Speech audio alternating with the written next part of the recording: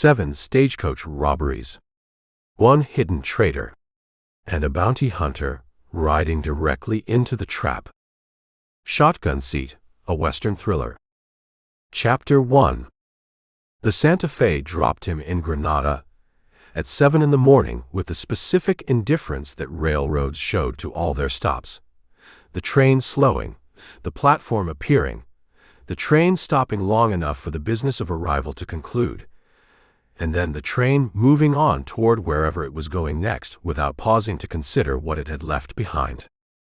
What it had left behind, on the Granada platform in the early August heat, was Eldridge Sample with his saddlebag over his shoulder and the roan in the stock car that was now 200 yards east and accelerating, which was a situation he'd arranged in Dodge City when Dewey Rash's wire arrived, and which he'd given some thought to on the ride south, because arriving in a place without a horse was not his preferred condition, and he weighed it against the alternative, which was riding the 180 miles from Dodge to Granada and arriving at Rash's office 3 days later, and that much more visible to anyone who might be watching the road for exactly the kind of man who'd been hired to watch the road back.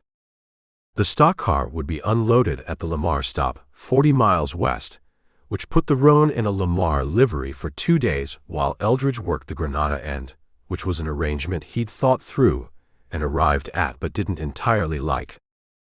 He stood on the platform and looked at Granada. It was a railroad town, in the specific way of towns that existed because the railroad had decided they should exist. Everything oriented toward the tracks. The main street running perpendicular to the line with the commercial buildings right along it, in the practical sequence of what men needed when they stepped off trains. The whole arrangement having the functional, unornamented quality of a place that had been built for purpose rather than for permanence, and that had acquired, over time, a kind of accidental character from the accumulation of the people who'd stayed when the railroad moved on. The Monarch Express office was on the main street's north side, between a land broker's office and a hardware store, identified by a painted sign above the door that showed the company's name in the confident black lettering of an organization that had decided signage was a form of argument, which Eldridge had encountered before in this country, and which told him something about the organization before he went through the door. He went through the door. Dewey Rash was at his desk. He was a compact man of perhaps 52, with the dry, economical quality of someone who had long since decided that no motion was worth making unless it accomplished something, and no word worth saying unless it added to what the silence already contained.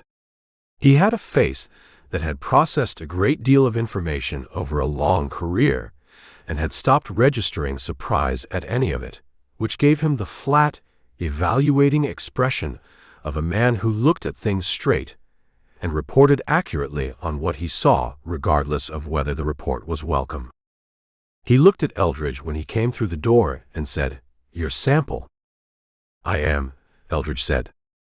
Rash stood and extended his hand across the desk, and Eldridge shook it, dry, brief, the handshake of a man for whom the gesture was acknowledgment rather than performance. And Rash gestured at the chair across the desk without offering coffee, which Eldridge noted not as a lack of hospitality, but as the specific priority of a man who had things to cover and intended to cover them before anything else. He sat.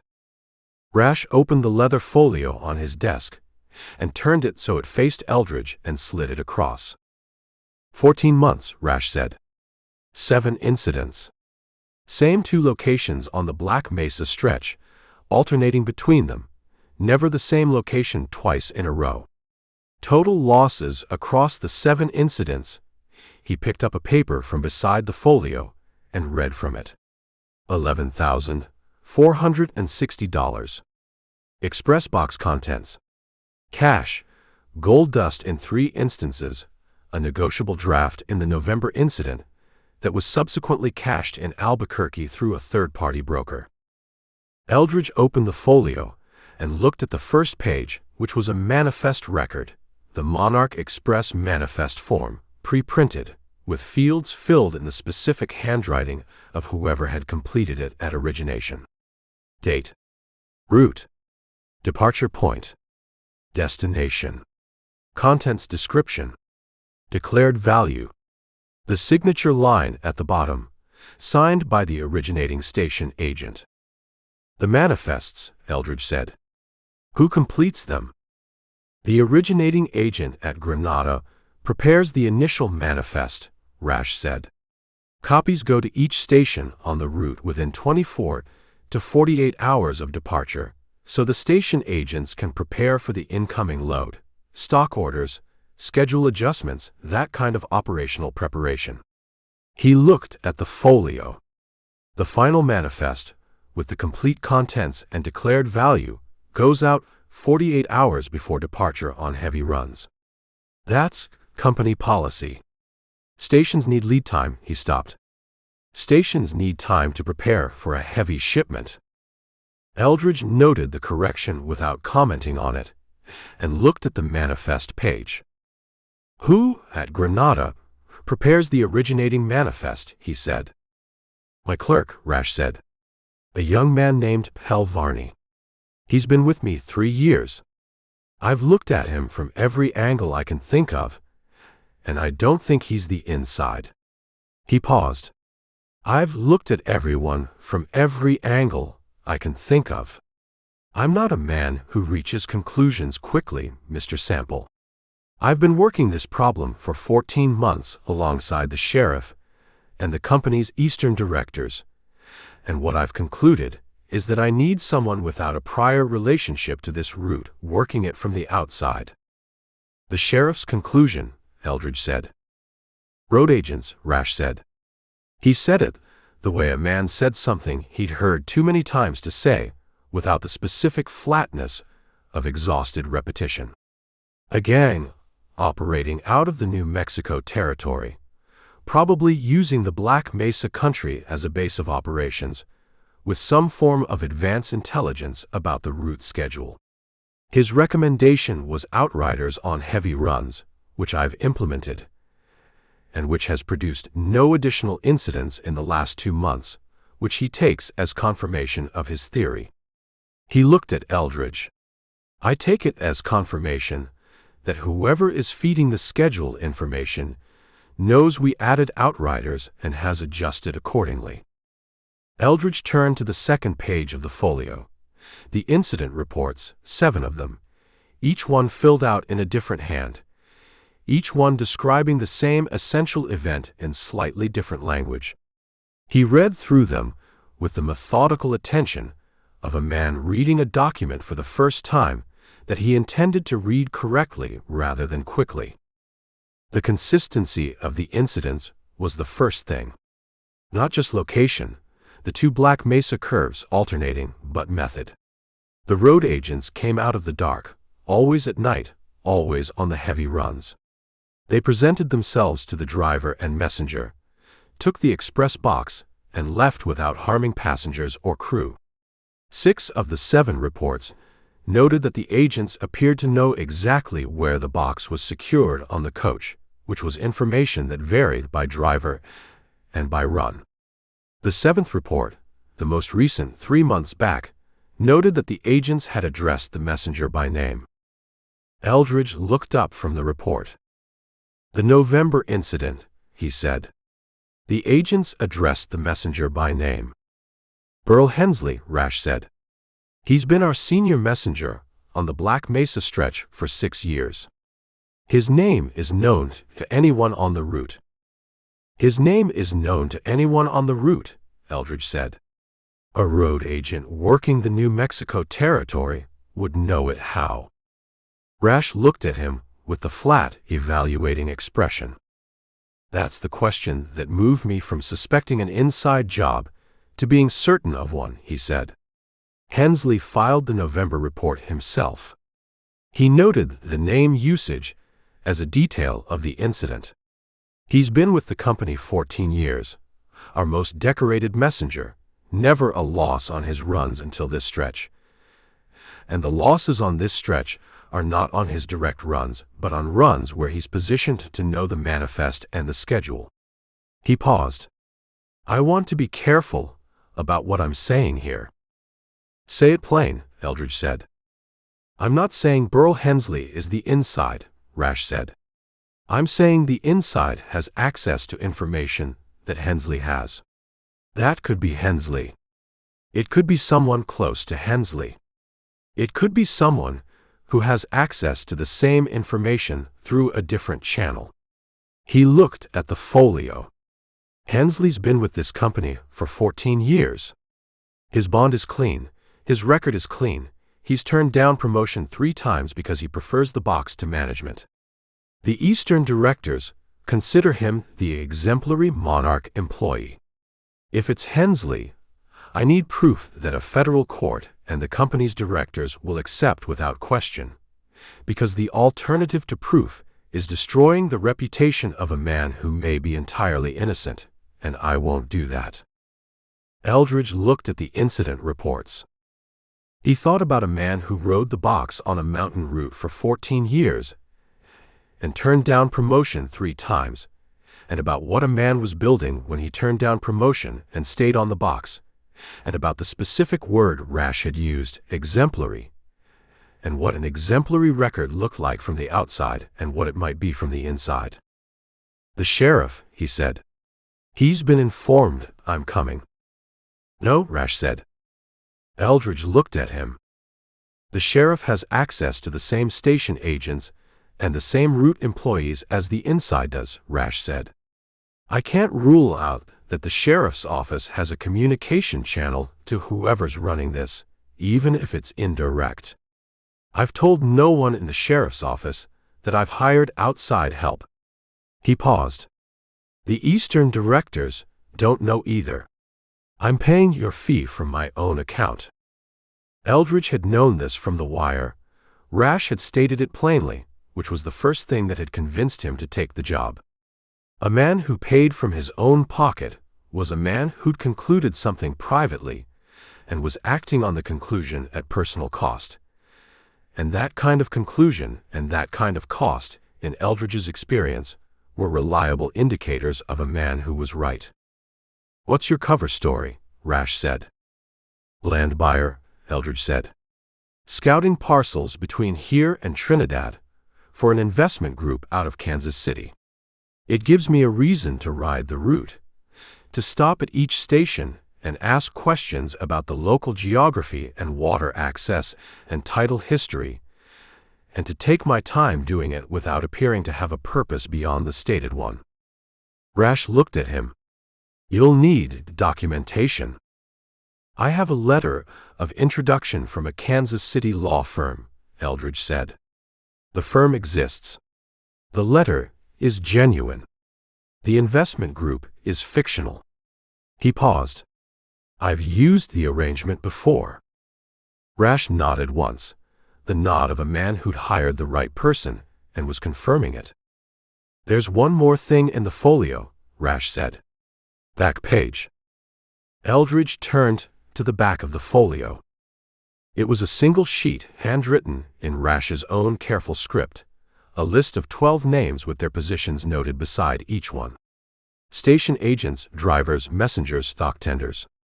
The people with access to manifest information across the route. Beside 3 of the names, Rash had placed a small asterisk. The asterisk names, Eldridge said. People whose access to the manifest information is guaranteed on every heavy run, Rash said. Not the only people with potential access. Any station agent on the route receives a copy of every manifest. But the 3 with asterisks receive the final manifest, with the complete contents and declared value, no later than 48 hours before departure. That's the window that matches all 7 incidents. Eldridge read the 3 names. The first was Pell Varney, Rash's own clerk, whom Rash had already addressed. The second was Burl Hensley. The third was a station agent at the 5th stop on the route, listed as A. Mullins, Burl's Creek Station. He looked at the name for a moment. The station at Burl's Creek, he said. Named for the creek or for something else? The creek, Rash said. The creek was named for a trapper who worked that country in the 40s. The station's been there since '68, when the route was established. He paused. The current agent has been there 3 years since her husband died. She was his assistant for 6 years before that, so she's been on the route 9 years total.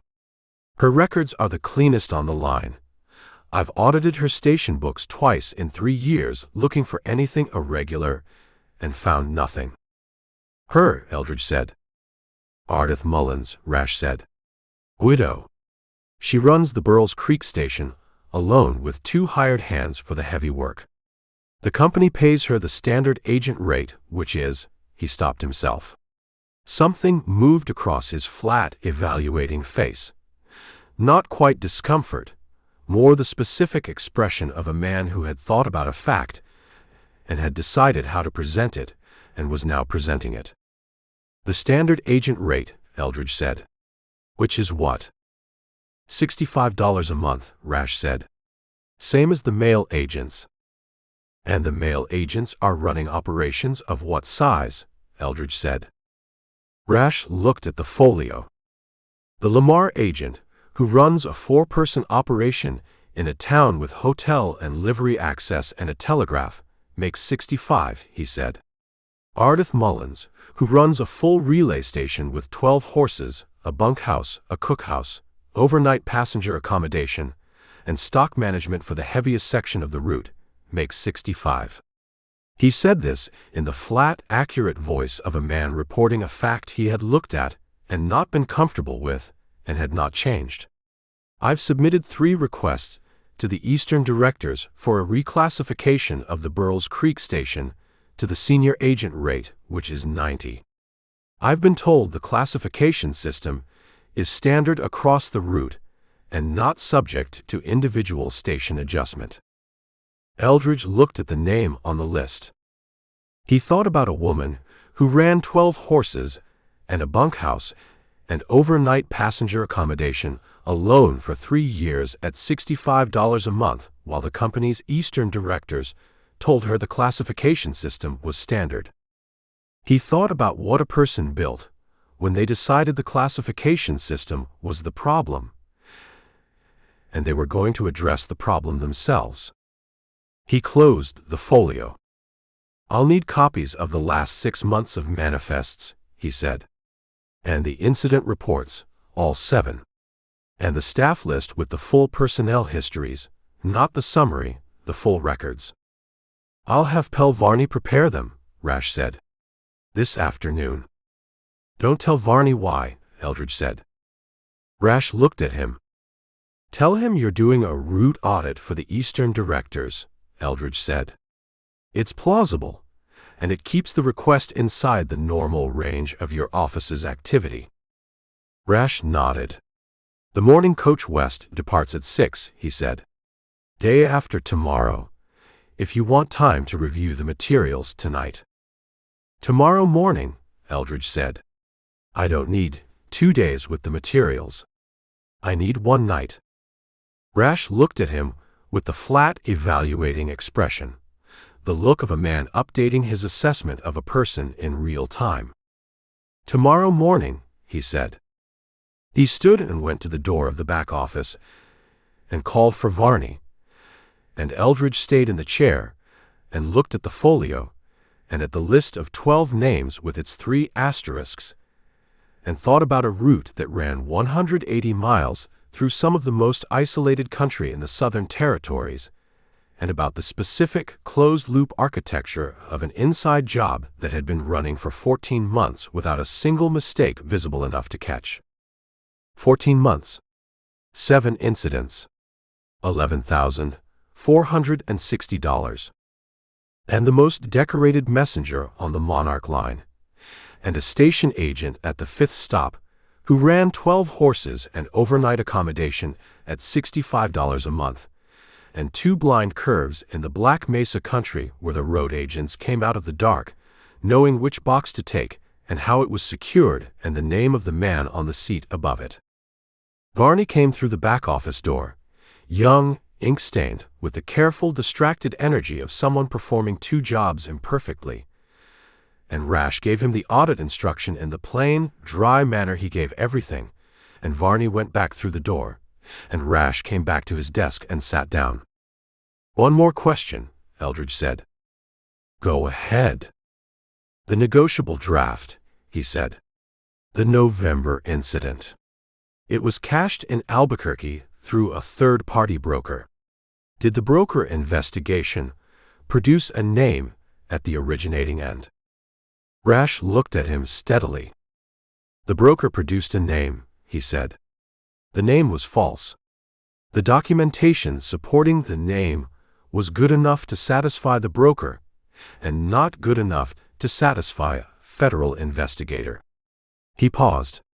What the federal investigator noted in his report was that the documentation had been prepared with the specific knowledge of how Monarch Express documents are formatted, the form numbers, the standard language, the company seal impression. "Inside knowledge," Eldridge said. "Knowledge that a station agent would have," Rash said. "From 9 years of processing Monarch paperwork." Eldridge looked at the folio. He thought about a woman who ran the cleanest station books on the Monarch line and had been submitting them to an auditor twice in 3 years and had come back clean both times, and about what a person who was capable of producing fraudulent documentation good enough to satisfy a broker and bad enough only to fail a federal investigator was capable of in the ordinary course of running a relay station with 12 horses and overnight accommodation at $65 a month, while the Eastern directors told her the classification system was standard. He closed the folio and stood. "I'll be at the hotel," he said. "Send Varney with the materials when they're ready." He picked up his saddlebag and went out into the Granada morning, and the heat was already building toward the day's full weight, and the Santa Fe tracks ran east and west through the town with the flat, indifferent geometry of a railroad that went where it was going regardless of what the towns along its route were doing.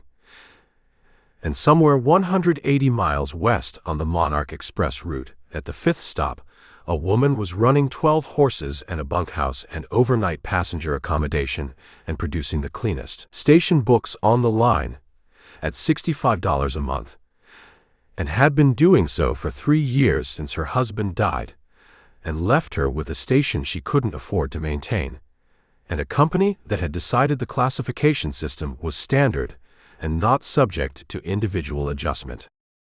He walked to the hotel and took a room and sat at the small desk in it and waited for Varney to bring the materials. And the Granada morning did what August mornings in this part of Kansas did, which was build their heat steadily and without apology toward the day's full commitment. And the Santa Fe tracks outside the hotel window caught the morning sun and threw it back in 2 long parallel lines of light that ran east and west to the horizon and beyond it. Chapter 2. He read through the night. Not all of it. He slept 3 hours in the chair when the lamp oil ran low around 2 in the morning. The specific, compressed sleep of a man who'd learned to take what was available where it was available, and wake from it functional rather than rested, which was a different standard, but the only one the work had consistently offered. He woke at 5 with the materials still spread across the small desk, and the lamp guttered, and the Granada pre-dawn coming through the window in the gray, non-committal way of pre-dawn everywhere, the light that hadn't decided yet what kind of day it was going to be. He'd read the 6 months of manifests twice and the incident reports 3 times and the personnel files once, which was enough for the personnel files, because personnel files told you what a company knew about its employees and not what the employees knew about themselves, and the distance between those 2 things was where the useful information lived.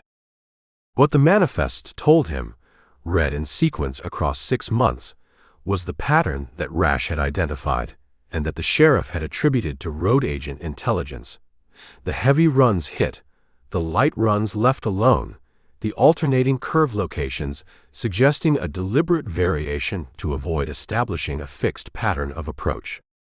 The variation was the detail that interested him most.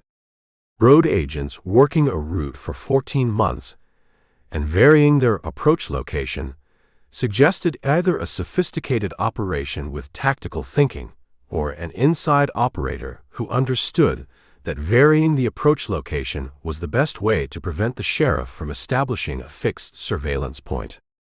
A road agent thought tactically about terrain. An inside operator thought tactically about the investigation. The two kinds of thinking produced the same result in the field, but came from different orientations, and the difference mattered when you were trying to understand what you were looking for. What the personnel files told him was this: Pell Varney, 26, no prior express work, hired on Rash's personal recommendation from a Granada family Rash had known for years. Clean, local, no financial irregularities visible in 3 years of employment. Burl Hensley, 42, 14 years with Monarch, prior service with Wells Fargo and the Overland Mail Company before that, bonded and rebonded at every transition.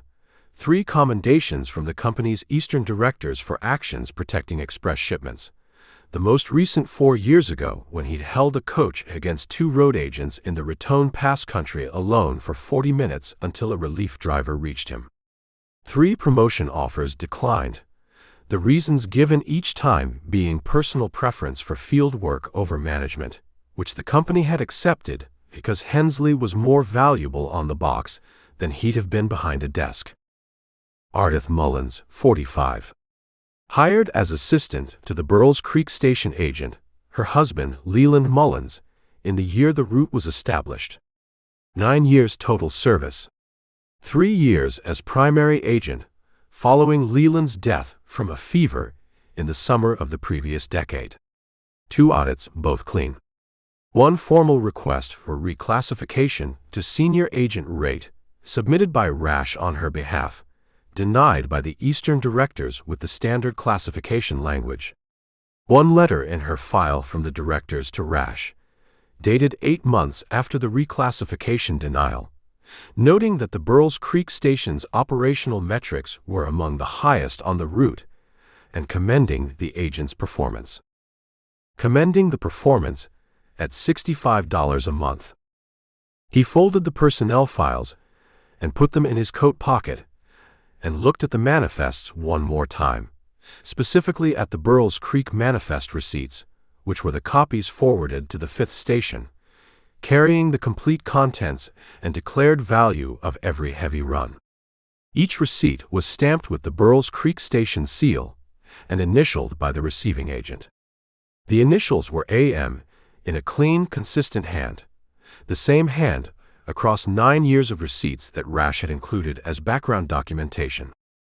9 years of the same hand initialing the same form.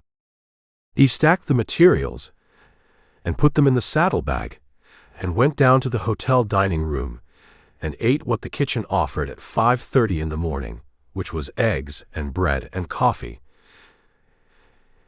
And he ate it with the focused, fueling attention of someone who understood that the day ahead required a functioning body, and that the body's requirements were not the morning's most interesting feature, but were the morning's most necessary one. At 6, he walked to the Monarch Express office and boarded the westbound coach. The coach was a Concorde, which was the standard Monarch vehicle on this route. The red and gold body with the leather thoroughbred suspension that absorbed the road's irregularities without eliminating them, the box above carrying the driver, and on heavy runs, the messenger, the boot at the rear for luggage. This morning's run was light. No express box, just mail, and 2 passengers besides Eldridge, a cattle buyer from Lamar returning home after business in Granada, and a young woman traveling to join her husband at the Trinidad depot, who sat with a hat box on her lap and looked out the window with the expression of someone watching a country she didn't know pass at a pace she couldn't control.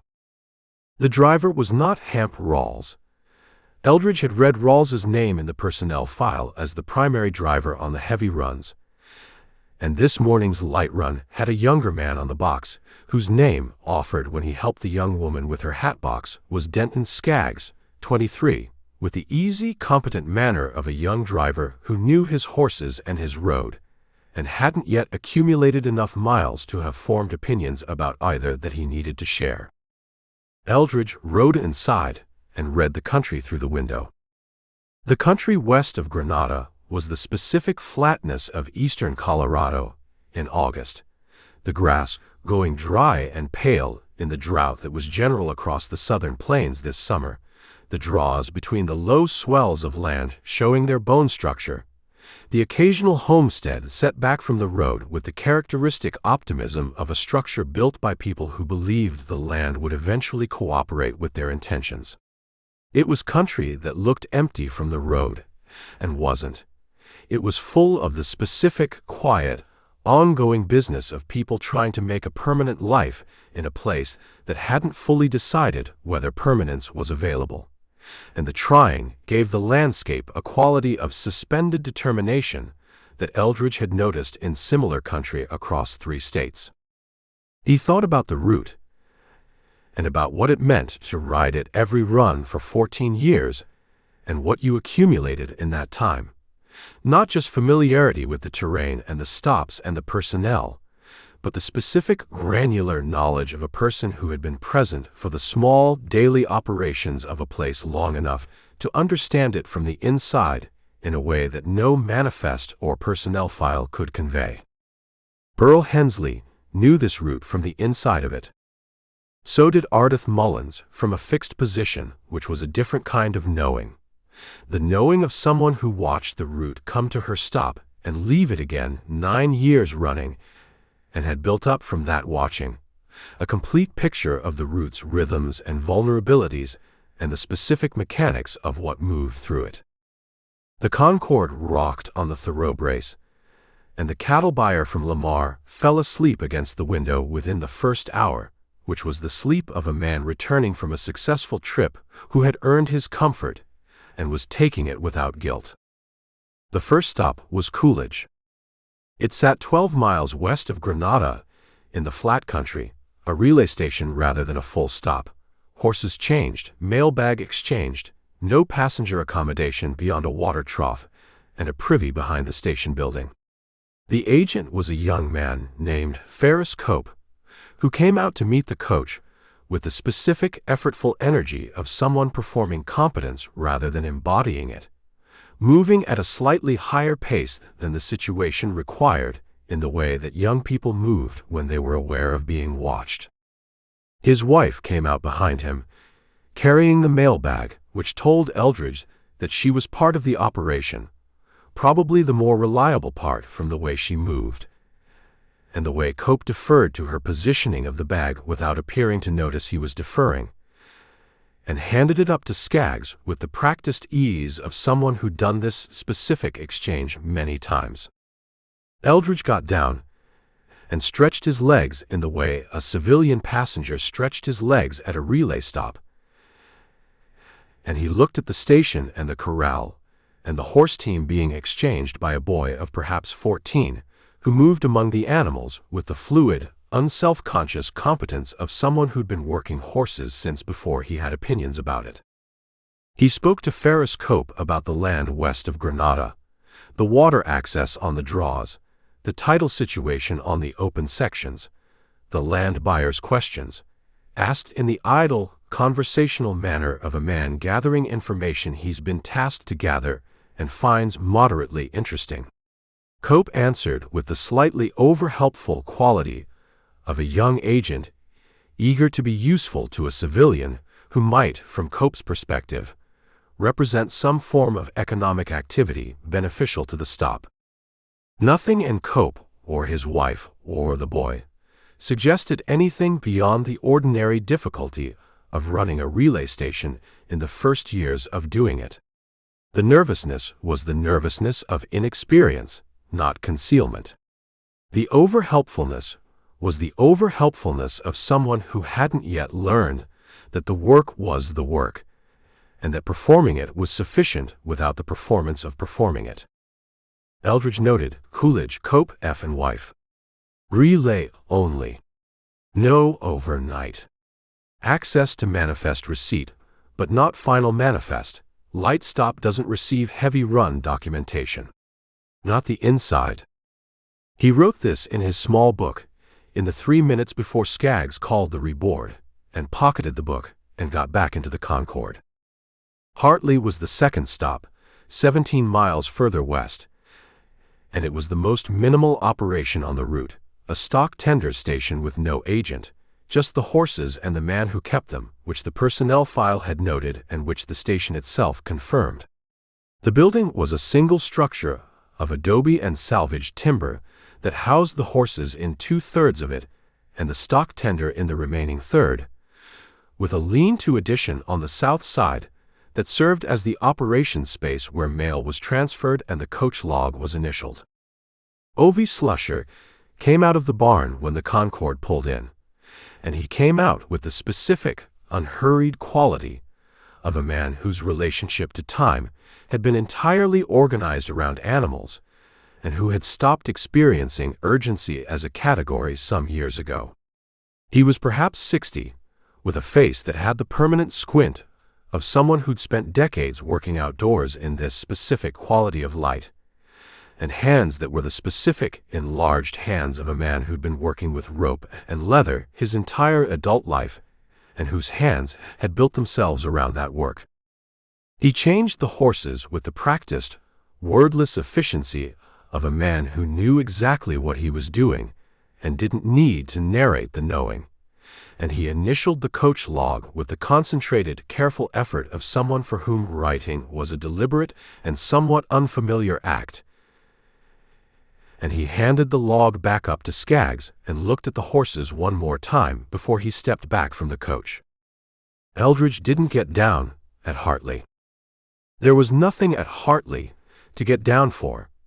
The personnel file had noted that the stock tender position didn't receive manifests of any kind, heavy or light, the stop being entirely a relay function with no freight or express handling, and getting down for the leg-stretching performance when there was no plausible reason to interact with the only person present would have been more conspicuous than staying in the coach. He watched O.V. Slusher through the window. Slusher stood beside the new team and looked at the horses with the focused, absorptive attention of a man for whom horses were the primary text of the world, and everything else was annotation. He looked at the team the way Eldridge looked at crime scenes, not searching for something specific, but receiving everything and sorting it as it arrived. He ran a hand down the near wheel horse's shoulder, reading something in the muscle that Eldridge couldn't see from the coach window, and nodded once to himself and stood back. Hartley, Slusher, O. Stock tender only. No manifest access, no freight handling. Not the inside. The Concorde moved west. Lamar arrived in the late afternoon, the sun going orange and low behind the flat horizon to the west, and throwing the shadow of the Concorde long and thin across the road ahead of it.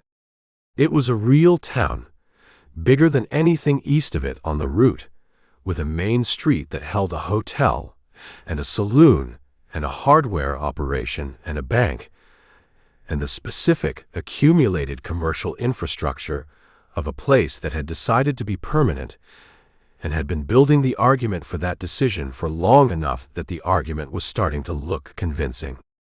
The Monarch Express station in Lamar was a full operation. Agent, 2 assistants, express handling capability, overnight passenger accommodation, its own telegraph connection to Grenada and the Trinidad end of the line. Eldridge had booked a room at the station's overnight facility from Grenada, which gave him the civilian's natural reason to be present and talking to the agent for an extended period. The agent was Sesco Napier. He came out to meet the Concorde with the organized, competent manner of a man running a professional operation who had his meeting the coach sequenced down to a practiced routine. Assistance to the horses, himself to the passenger step, the civilian greeting delivered with the specific, warm efficiency of someone who understood that the impression a station made in the first 30 seconds was the impression it kept. He was perhaps 35, medium build, with a clean-shaved face that was specific and mobile in the way of faces that processed information visibly, the feelings moving across it in sequence, not uncontrolled, but not fully managed either. The face of a man who'd learned to appear open because openness was professionally useful, and who hadn't quite mastered the difference between appearing open and being readable. He was readable. Not immediately. The routine was good. The handshake, the room key, the dinner hour explained, the morning departure schedule offered without being asked. And Eldridge would have read it as competent professionalism if he hadn't been looking at it as a performance of competence being produced by someone whose hands had a quality that the face was working to contradict. Napier's hands were still. Specifically and deliberately still, held at his sides or occupied with the clipboard he carried, never in the unconscious fidget of genuine ease. A man who is genuinely at ease doesn't manage his hands. A man who is performing ease manages his hands because his hands are what betray the performance. Eldridge checked in and went to his room and washed the road off his face and hands, and came down to the station dining room for the supper that Napier's operation provided for overnight passengers. And he ate and listened to the dining room with the passive, receiving attention he brought to rooms he was reading. Napier ate at the operations desk rather than the dining room, the working meal of a man whose station business didn't stop for supper, and Eldridge watched him through the doorway between the dining room and the operations space. He watched the way Napier handled the evening's paperwork, the specific sequence of the documents he processed and the order he processed them in, and the moments when the sequence paused and Napier's attention shifted from the desk to somewhere interior before returning to the page. Those pauses were the thing. A man working through routine paperwork didn't pause. The pause was the sign of a process that had a step the routine paperwork didn't explain, a step that existed alongside the routine and required its own moment of attention. After supper, Eldridge walked the Lamar Main Street in the cooling evening, which was the land buyer's natural activity in a new town, and he went to the Lamar Bank and noted its hours on the door, and noted the name of the bank from the sign above the door, the Lamar Territorial Bank, and noted that the personnel files background section had mentioned in the standard financial disclosure that Monarch required of bonded employees that Sesco Napier maintained an account at the Lamar Territorial Bank with a balance he reported as consistent with his salary and a modest additional income from a small livestock operation on land he leased east of town. He went back to the station and to his room and sat on the edge of the bed and opened his small book. He wrote, Napier, C. Lamar Station. Full manifest access on all runs, heavy and light. Bank account disclosure. Livestock income listed as supplemental. Verify against actual livestock operation. Does a Lamar station agent running a full operation have time to run a livestock operation sufficient to produce meaningful supplemental income? Hands managed. Pauses in routine. Follow the bank. He closed the book. Through the thin wall of the station's overnight room, he could hear Napier at the operations desk. The scratch of a pen, the movement of a chair, the small sounds of a man finishing the evening's work in the manner of a man for whom the work was familiar but not easy. Familiar because he'd done it many times, and not easy because somewhere inside the doing of it was a step that the routine didn't explain, and that each evening's doing required him to account for it in the same way a man accounting for something he decided to do accounted for it, with the specific, suppressed attention of someone performing an action they've chosen and are choosing again with each performance. Eldridge lay back on the bed with his boots on and looked at the ceiling. He thought about Stagecoach Napier's hands. He thought about the bank. He thought about a livestock operation east of Lamar that might or might not exist, and that a bonded employee had listed in a financial disclosure as the explanation for supplemental income that didn't otherwise have one. He thought about a woman at the 5th stop on the Monarch route, 140 miles west, running 12 horses and a bunkhouse and overnight accommodation at $65 a month, and about the specific postal address in Trinidad that he didn't yet know about but would, and about the distance between $65 a month and what 12 horses and a bunkhouse and overnight accommodation and 9 years of route knowledge and 14 months of precisely timed express box thefts actually represented in terms of what a person was worth, and what a classification system said they were worth, and the gap between those two things that a person who understood both numbers precisely might decide to address on their own terms. He thought about all of this, and then he stopped thinking about it, because thinking past the available facts was the thing that produced conclusions before they were earned. And he'd been in enough situations where an unearned conclusion had cost him something real to have developed a working discipline about it. He had Napier, possibly. He had one more stop before Ardith Mullins. He had the Mesa country between them, where the two blind curves waited in the dark for the heavy runs, and he had a driver named Hamp Rawls who'd been on this route 6 years and who knew it in the way that Burl Hensley knew it, and Ardith Mullins knew it, from the inside of it, from the accumulated specific knowledge of a person who'd been present for enough of its operations to understand it as a system rather than a sequence of stops. He needed Hamp Rawls. He needed the Mesa country. He needed, most of all, to get to the 5th stop and sit across from the woman who ran it and read her the way he'd read every room and every person on this route so far, and to read her without the advantage he'd had with the others, which was that the others had been people he hadn't known to expect. Ardith Mullins had been in the folio since Granada. She'd been in his thinking since the name on the asterisk list.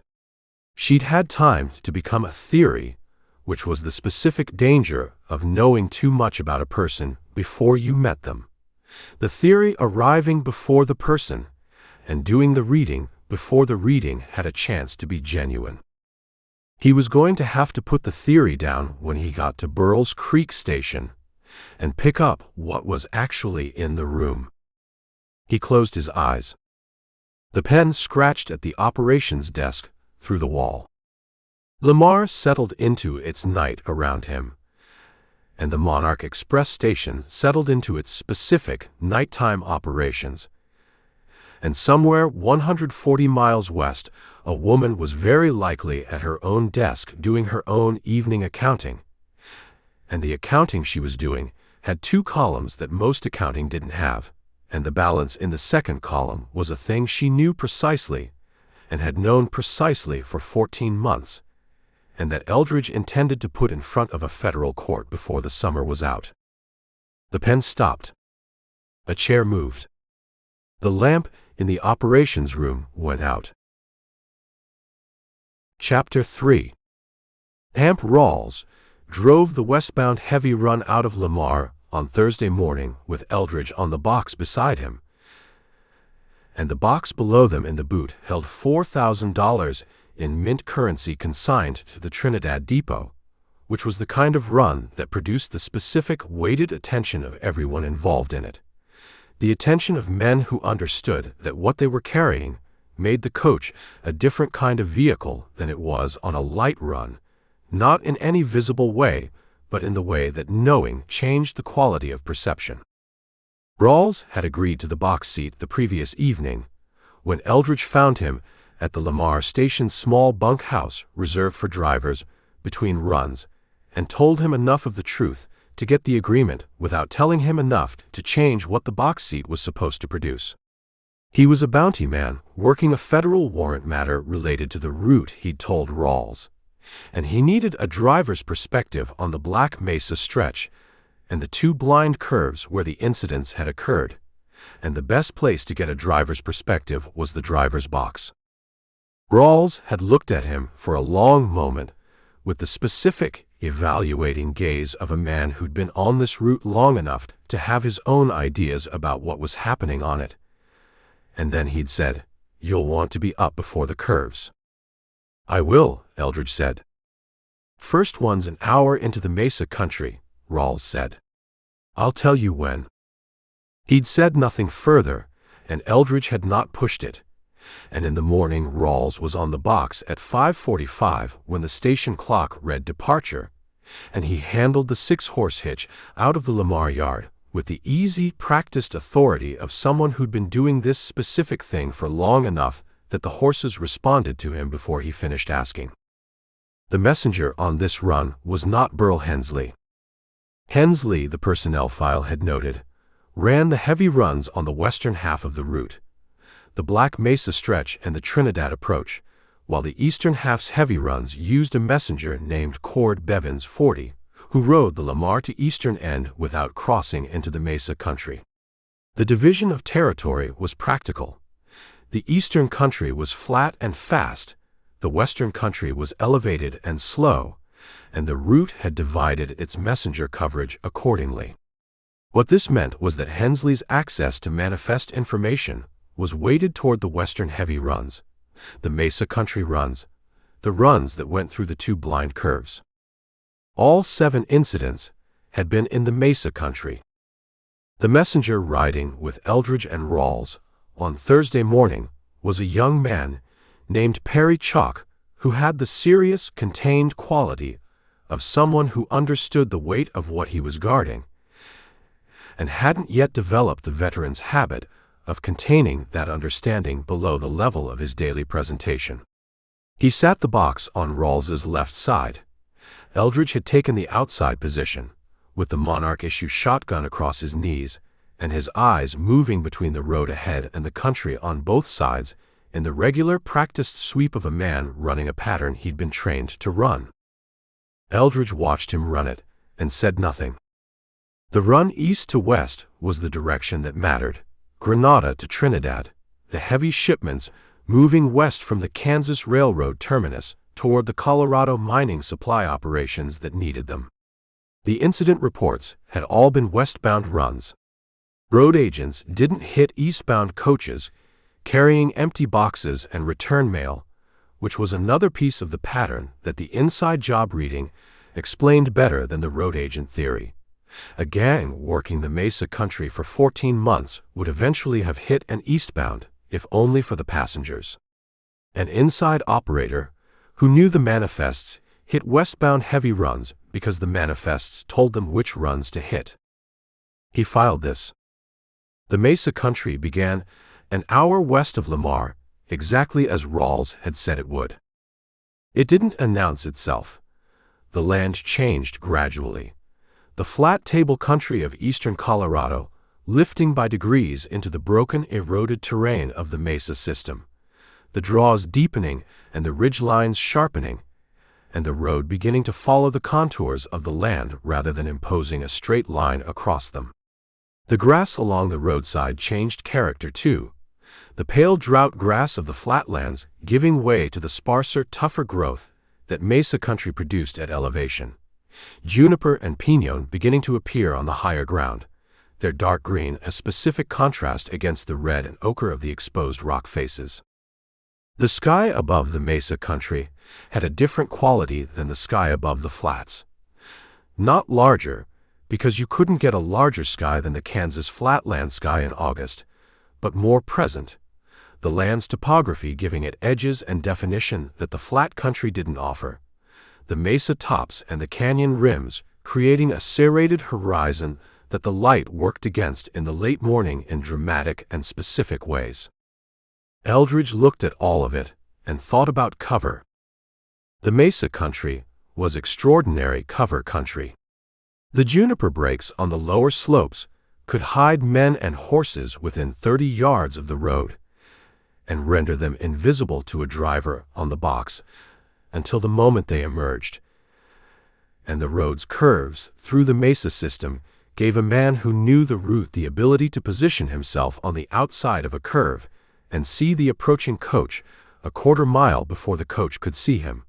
A full 30 seconds of warning in which to make a final decision about whether the approaching run was what the manifest said it was. 30 seconds was a long time to change your mind. It was also a long time to commit. "Tell me about the first curve," Eldridge said to Rawls. Rawls had the 6-horse hitch, moving at the specific pace that Mesa Road required, faster on the straight approaches, slower through the curves, the horses understanding the pace adjustment from the rein pressure, and the voice commands that Rawls applied with the economy of a man who'd communicated with horses so long that the communication was below the level of deliberate action. 15 minutes, Rawls said. The road drops into a draw, and then climbs out the other side. The drop is where they come from. The juniper break on the south side of the draw, maybe 20 yards off the road. By the time you see them, they're already in the road. The second curve, Eldridge said. 8 miles further west, Rawls said. Different character. The road goes around the end of a mesa spur, tight curve, can't see past the rock face until you're already in the turn. They come from behind the rock face on the uphill side. He kept his eyes on the road. The second curve is worse. First one, you've got a moment after you see them before they reach the box. Second one, they're on you before the horses have fully made the turn. The incidents alternated between the two, Eldridge said. I know it, Rawls said. Never the same one twice running. I've thought about that. He was quiet for a moment, in the way of a man who had thoughts about a subject and had been waiting for someone to ask about them. A gang working this road would pick the better location and use it. The second curve is better. Better cover, better approach, better angle on the box. A gang that knew this road would use the second curve every time. But they don't, Eldridge said. They don't, Rawls said. They alternate.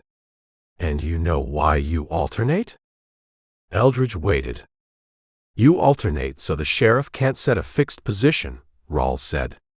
Which means whoever's deciding which curve knows the sheriff might set a fixed position, which means whoever's deciding is thinking about the investigation as much as the robbery. He looked at the road. A road agent thinks about the robbery. Someone thinking about the investigation alongside the robbery is thinking about something else too.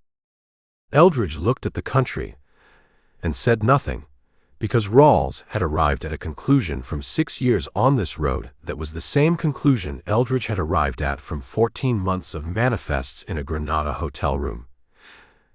And the two conclusions coming from different directions and landing in the same place was a kind of confirmation that didn't need words added to it. Perry Chalk on the far side of the box hadn't said anything through this exchange. He was running his pattern, road ahead, country south, country north, road ahead, with the focused, contained attention of a young man doing his job and understanding that the conversation beside him was not his conversation to enter. Good instincts. Eldridge noted it. The first curve arrived the way Rawls had described it. The road dropped into a draw through a series of switchbacks that the builders of the route had cut into the draw's east wall. The roadbed, carved from the red rock and stabilized with timber cribbing on the downhill side. Below the switchbacks, the draw floor was a wash of white gravel and dry creek bed vegetation, cottonwood saplings and salt cedar, and the dry, bleached remains of last year's flood debris. And the road crossed the floor and began to climb the west wall through a second series of cuts that mirrored the descent. The juniper break was on the south side of the draw floor, as Rawls had said. From the box, descending the east wall switchbacks, Eldridge could see the break and assess it, 30 yards of dense juniper growth with the specific, closed character of cover that had been left to grow unmanaged for years. The trees close enough together that the interior of the break was invisible from the road even at 20 yards. Eldridge looked at the break and thought about where in it he would position himself to watch the approaching road for the 30 seconds that the approach would give him. He looked at the draw floor and the road crossing it and the west wall climb beyond, and he thought about what a man on a horse in that juniper break saw when the Monarch Express Concorde came down the east wall switchbacks. The full coach visible from the box level down, the driver and messenger visible on the box against the sky, the boot position where the express box rode visible from directly south. The boot position. A man positioned in the juniper break could see exactly where the express box was from the moment the coach came down the switchbacks. He could verify, in 30 seconds of watching, whether the boot had the specific weighted look of a coach carrying a heavy box or the unweighted look of a coach running light. He could confirm what the manifest had told him about the run before he committed to the road, which meant the manifest information was a planning tool, not a guarantee. The man in the juniper break was verifying, not simply acting on intelligence. That was a sophisticated operation. That was the operation of someone who understood that manifest information could be wrong, that a heavy run might be delayed, that the declared value might have been reduced at departure, that any number of operational factors could make the manifest's promise different from the coach's delivery. Someone who double-checked. A station agent who spent 9 years processing manifests and watching the relationship between what manifests declared and what coaches actually carried would understand exactly how often those two things diverged and by how much. Eldridge said nothing to Rawls. He watched the juniper break as the coach crossed the draw floor and filed what he'd seen and kept watching until the west wall climb took them above the break sightline and the draw fell away below them. The second curve was 8 miles further west, as Rawls had said, and it was worse than the first in the specific ways Rawls had described. The mesa spurs rock face, eliminating the approach sightline until the coach was already in the turn, the uphill position of the cover giving any man stationed there an elevated angle on the road that the juniper break in the draw hadn't offered. But what the second curve offered that the first didn't was a visual detail that Eldridge found more interesting than the tactical geometry. On the uphill side of the curve, behind the rock face, someone had built a fire in the last several days. He saw it as the coach came through the turn, the ash ring on the flat ground behind the rock, the specific gray-white of cold fire ash in a country where rain hadn't fallen recently enough to disperse it, the ground around the ring tamped with the irregular impressions of boot soles and what might have been a horse picketed nearby. He didn't say anything to Rawls. He looked at the ash ring for the 3 seconds the turn allowed him to see it, and then the coach was through the curve, and the rock face was behind them, and the road ahead opened into the long western descent toward the next stop. Perry Chalk on the far side of the box said, "Fire ring." Eldridge looked at him. "Behind the rock face," Chalk said. He was looking forward, not at Eldridge, still running his pattern. "Saw it coming through. Someone camped there in the last few days." "I saw it," Eldridge said. Chalk said nothing further. He ran his pattern, road ahead, country south, country north, road ahead, with the same focused, contained attention, and said nothing further for the remaining hour and a half to the fourth stop, which was behavior Eldridge filed alongside the good instincts. A young messenger who saw the fire ring and reported it and then returned to his job rather than speculating about it was a young man who understood what his job was and what other people's jobs were and was not confused about the boundary between them. The fourth stop was a relay and overnight facility called Mesa Wells, named for the springs on the west side of the Mesa Spur that had made the location viable for a stage operation. It was a smaller operation than Lamar. One agent, two hands for the horses, overnight accommodation in a stone building that had the thick-walled, fortress-like quality of construction built for the Mesa country's temperature swings rather than for appearance. The agent at Mesa Wells was a man named Tevis Hurd, who met the coach with the practiced efficiency of a man who'd been doing this for a long time and had compressed the doing of it to its essential minimum. He was perhaps 55, gray-haired, with the specific, weathered competence of a man who'd been in the express business for most of his working life and had no illusions about it and no complaints about it either.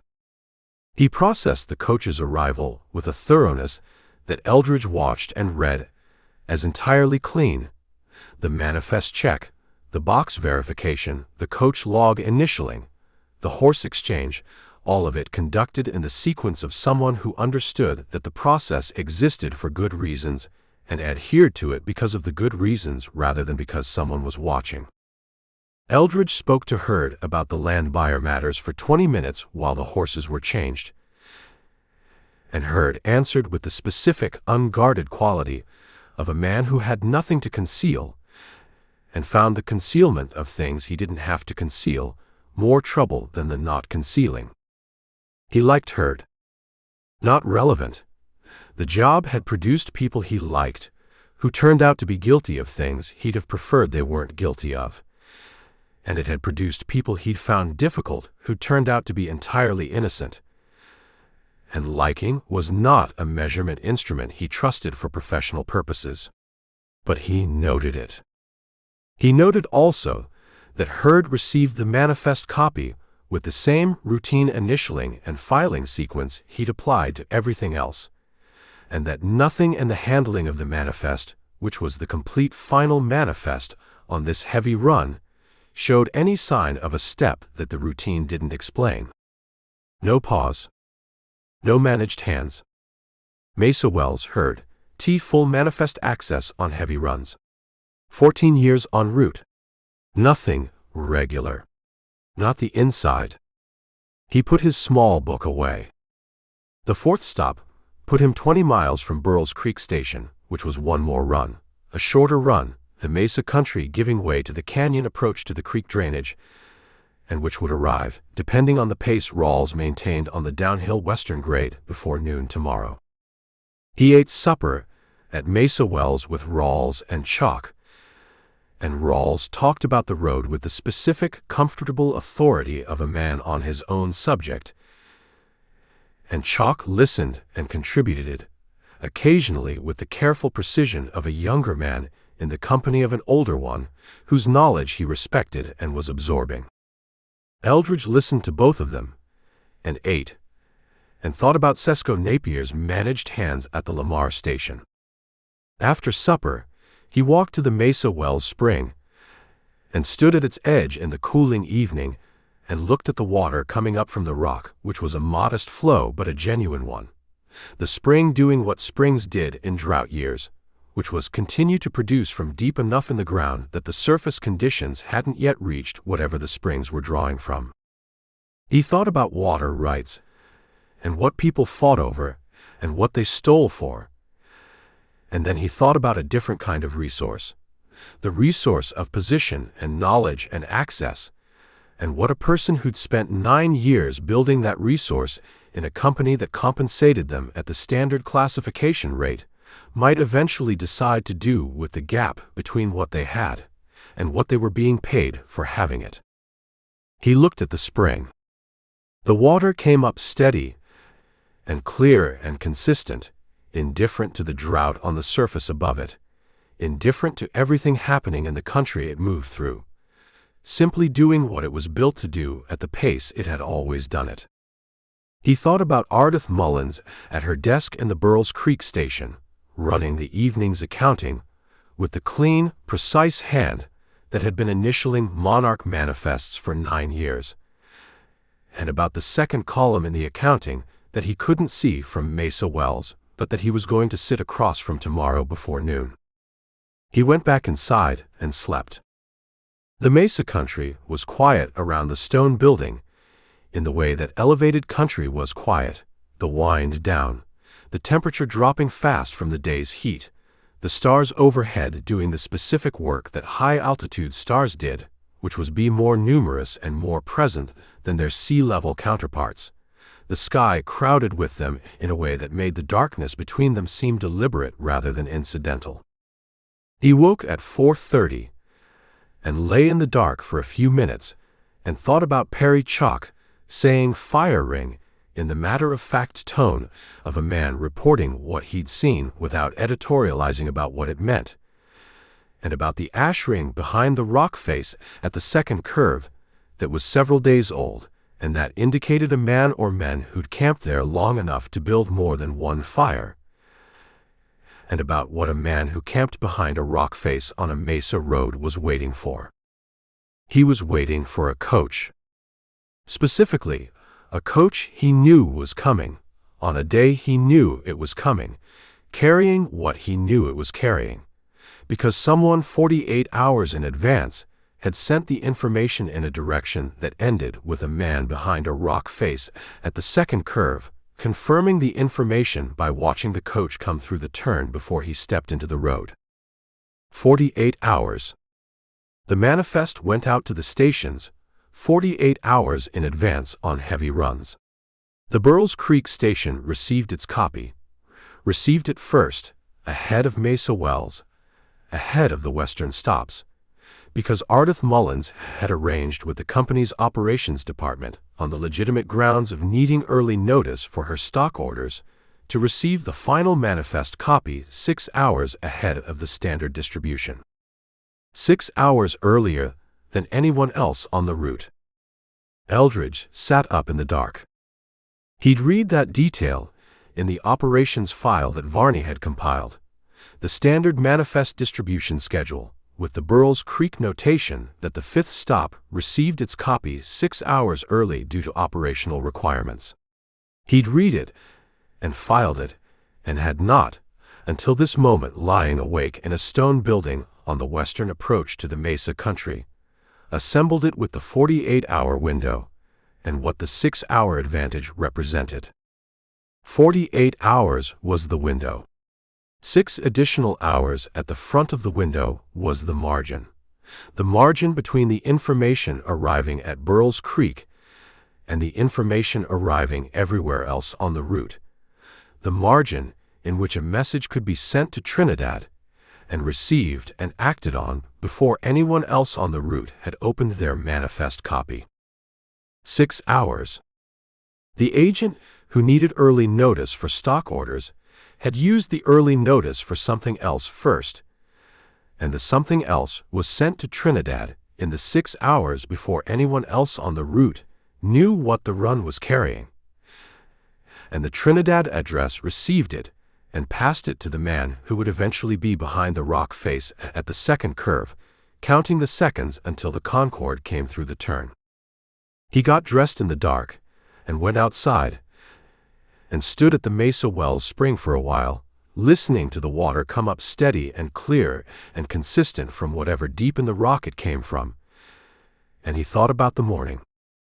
Noon tomorrow. 20 miles. Burles Creek Station. The Rhone was in Lamar, which he'd need to address when the case got to the point of address. 2 more days on the coach before Lamar's return run.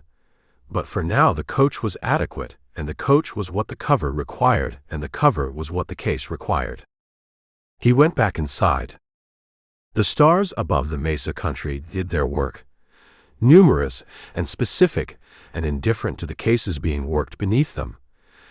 And the spring came up steady from the rock, and the stone building held the night's cold against the day's heat in the specific, patient way of material that had been in this landscape long enough to have learned its rhythms. He slept 1 more hour. It was enough. Chapter 4. The western descent from Mesa Wells took the road down through 3 miles of canyon approach before it opened onto the creek drainage that gave the 5th stop its name, and Rawls handled the descent with the specific, focused attention of a driver who knew that downhill grades on mesa roads required more management than flat country driving, not less. The brake work, the pace modulation, the specific voice commands that kept 6 horses from deciding that the grade was an invitation to run rather than a reason to hold. Eldridge rode the box through the descent and watched the canyon walls on both sides and thought about the 6-hour margin and said nothing, because what he'd worked out in the dark at Mesa Wells was his own accounting, and not something that benefited from being said aloud before the saying had a purpose beyond the working through of it. The canyon opened at a bend in the creek bed, and the drainage spread out below them in the specific, relieved way that enclosed country opened when it stopped being enclosed, the creek running in its gravel bed with the modest ambition of a watercourse that was doing what the drought year allowed rather than what its full capacity suggested, the cotton woods along its banks large and established, the station buildings visible on the north bank where the ground rose slightly above the flood line in the positioning of someone who understood the drainage's behavior before they built on it. The station was exactly what the personnel file had described and what Dewey Rash's audit notes had confirmed, and the confirmation of a description by the thing described was its own kind of information. It said that the person who'd written the description was accurate, which was a quality that cut both ways when the person who'd written it was the station's own agent submitting to a company audit.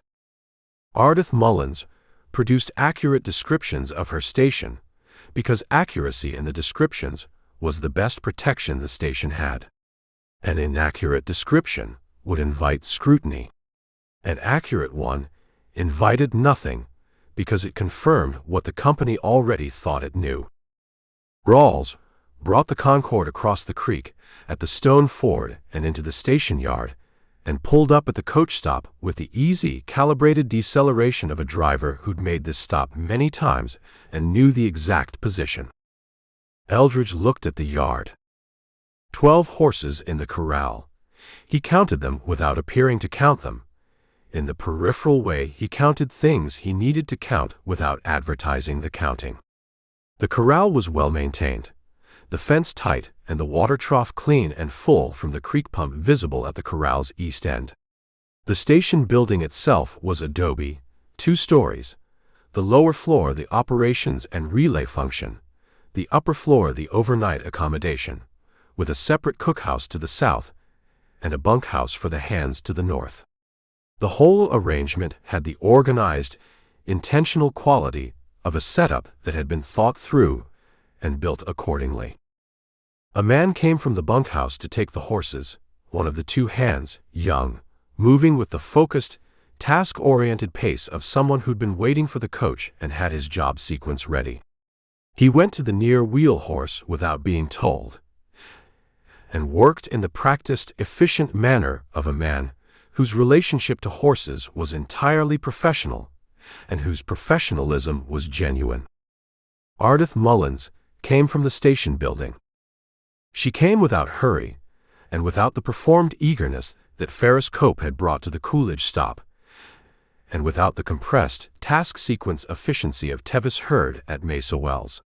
She came at the pace of a woman who ran this operation and had run it for 9 years and was under no obligation to adjust her pace to the arrival of a coach that was arriving on the schedule she'd planned her day around.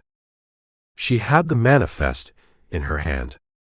Not a clipboard, not a folder. The manifest itself, the final, heavy-run manifest with the complete contents and declared value, which she was verifying against the coach as it arrived the way a careful agent verified every manifest against every arrival, cross-checking the declared contents against the visible condition of the boot and the coach, and the body language of the driver and messenger who'd been responsible for the contents from Lamar forward. She looked at the boot first. Then the box, the express box, visible through the boot's leather curtain, its bulk and the specific way it sat in the secured position confirming what the manifest said about its weight. Then the coach body. Then the messenger, Perry Chalk, who she looked at with the brief, professional attention of someone confirming that the right man was on the right run. Then she looked at Eldridge. He'd been watching her do all of this from the box, and what he'd seen was what he'd been told he'd see: the organized, thorough competence of a woman who ran a professional operation, and ran it well. And what he'd seen beyond what he'd been told was the specific quality of the looking she did, which was the looking of someone for whom reading the manifest against the coach's actual condition was not a formality, but a genuine act of verification, the comparison of two sets of information with the intent of finding any discrepancy between them. She found none, which the coach's actual condition confirmed. This was a genuine heavy run, and the manifest was accurate, and the verification confirmed both.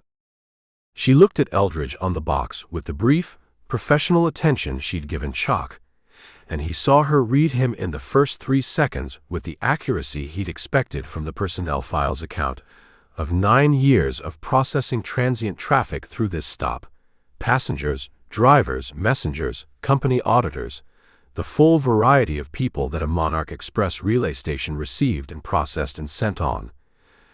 And what he saw in the reading was not recognition, because he made sure she had no reason to recognize him, but a specific quality of attention that went one layer deeper than the professional inventory she'd given Chalk.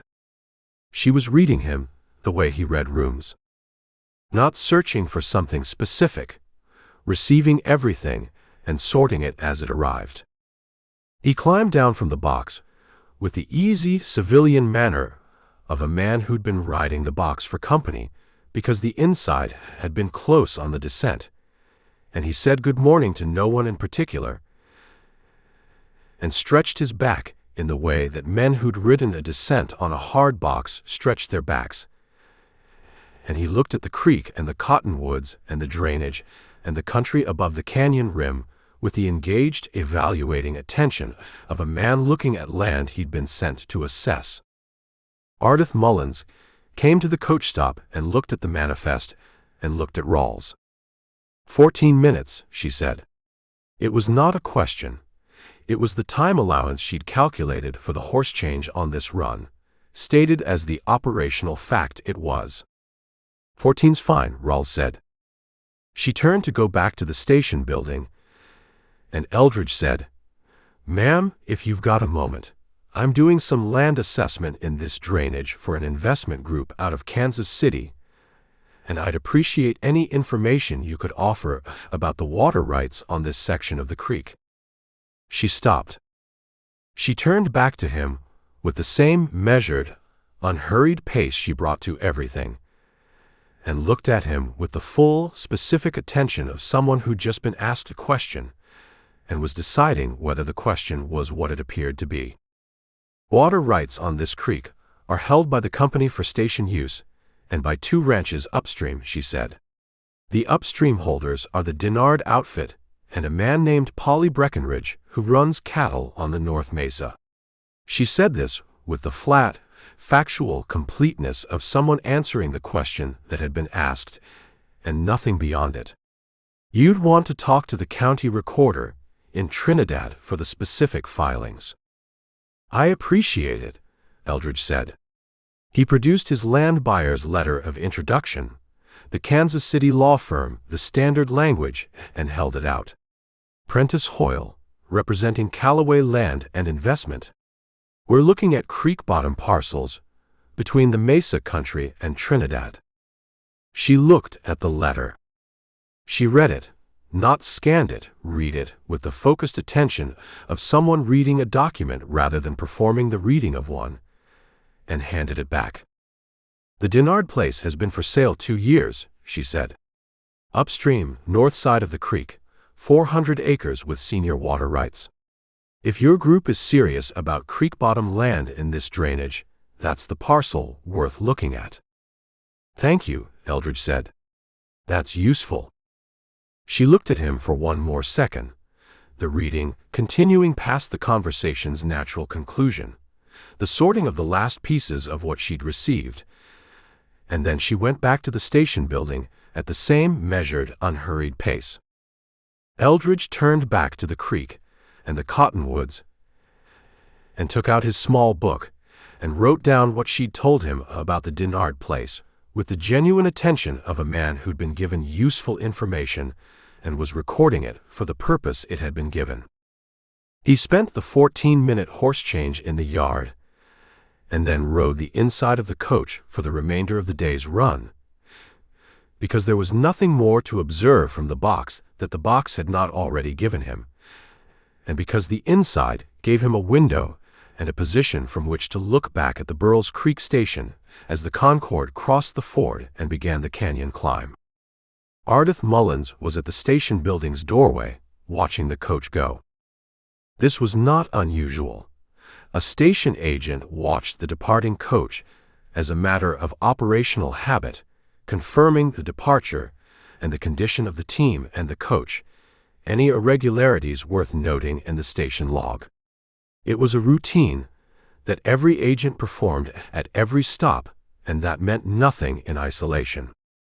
What Eldridge noted was where her attention was directed. Not at the coach body, not at the boot or the team. At the box, specifically at Perry Chalk on the box, who was running his pattern with the forward-facing, focused attention of a messenger on a heavy run who understood his job and was doing it. A station agent verifying departure noted the coach body and the team. An agent checking the express security noted the box position. An agent watching the departure for the reason that Eldridge suspected was watching the messenger, confirming which messenger was on this run, filing the confirmation against whatever the manifest had said about the run's personnel. 14 months of incidents.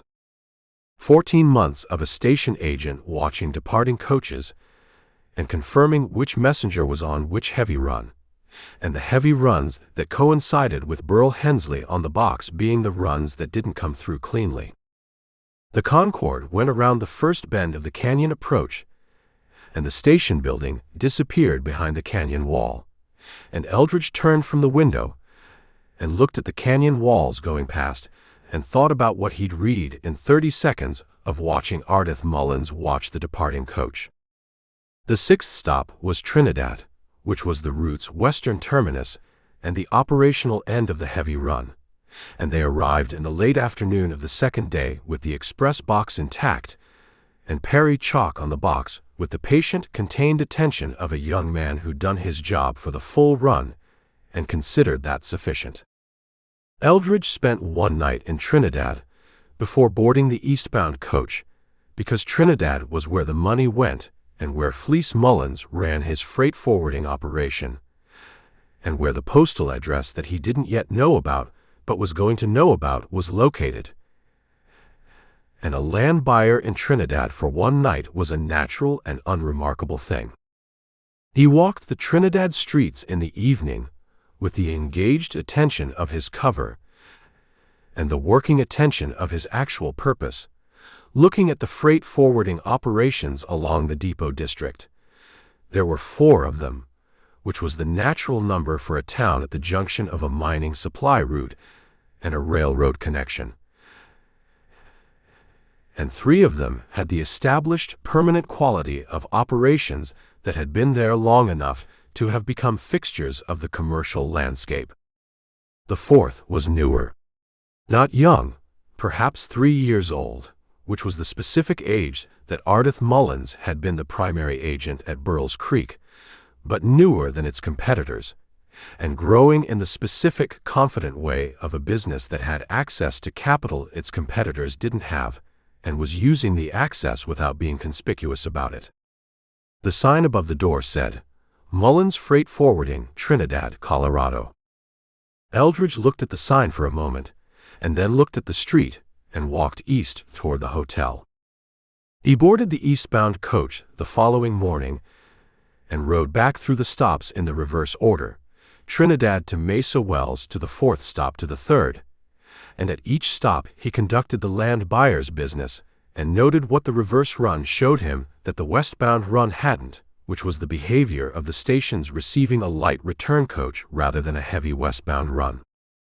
The difference in the stations receiving a light run versus a heavy run was not in the operations, The horse changes and log initials and mail transfers were identical in sequence regardless of run weight, but in the attention.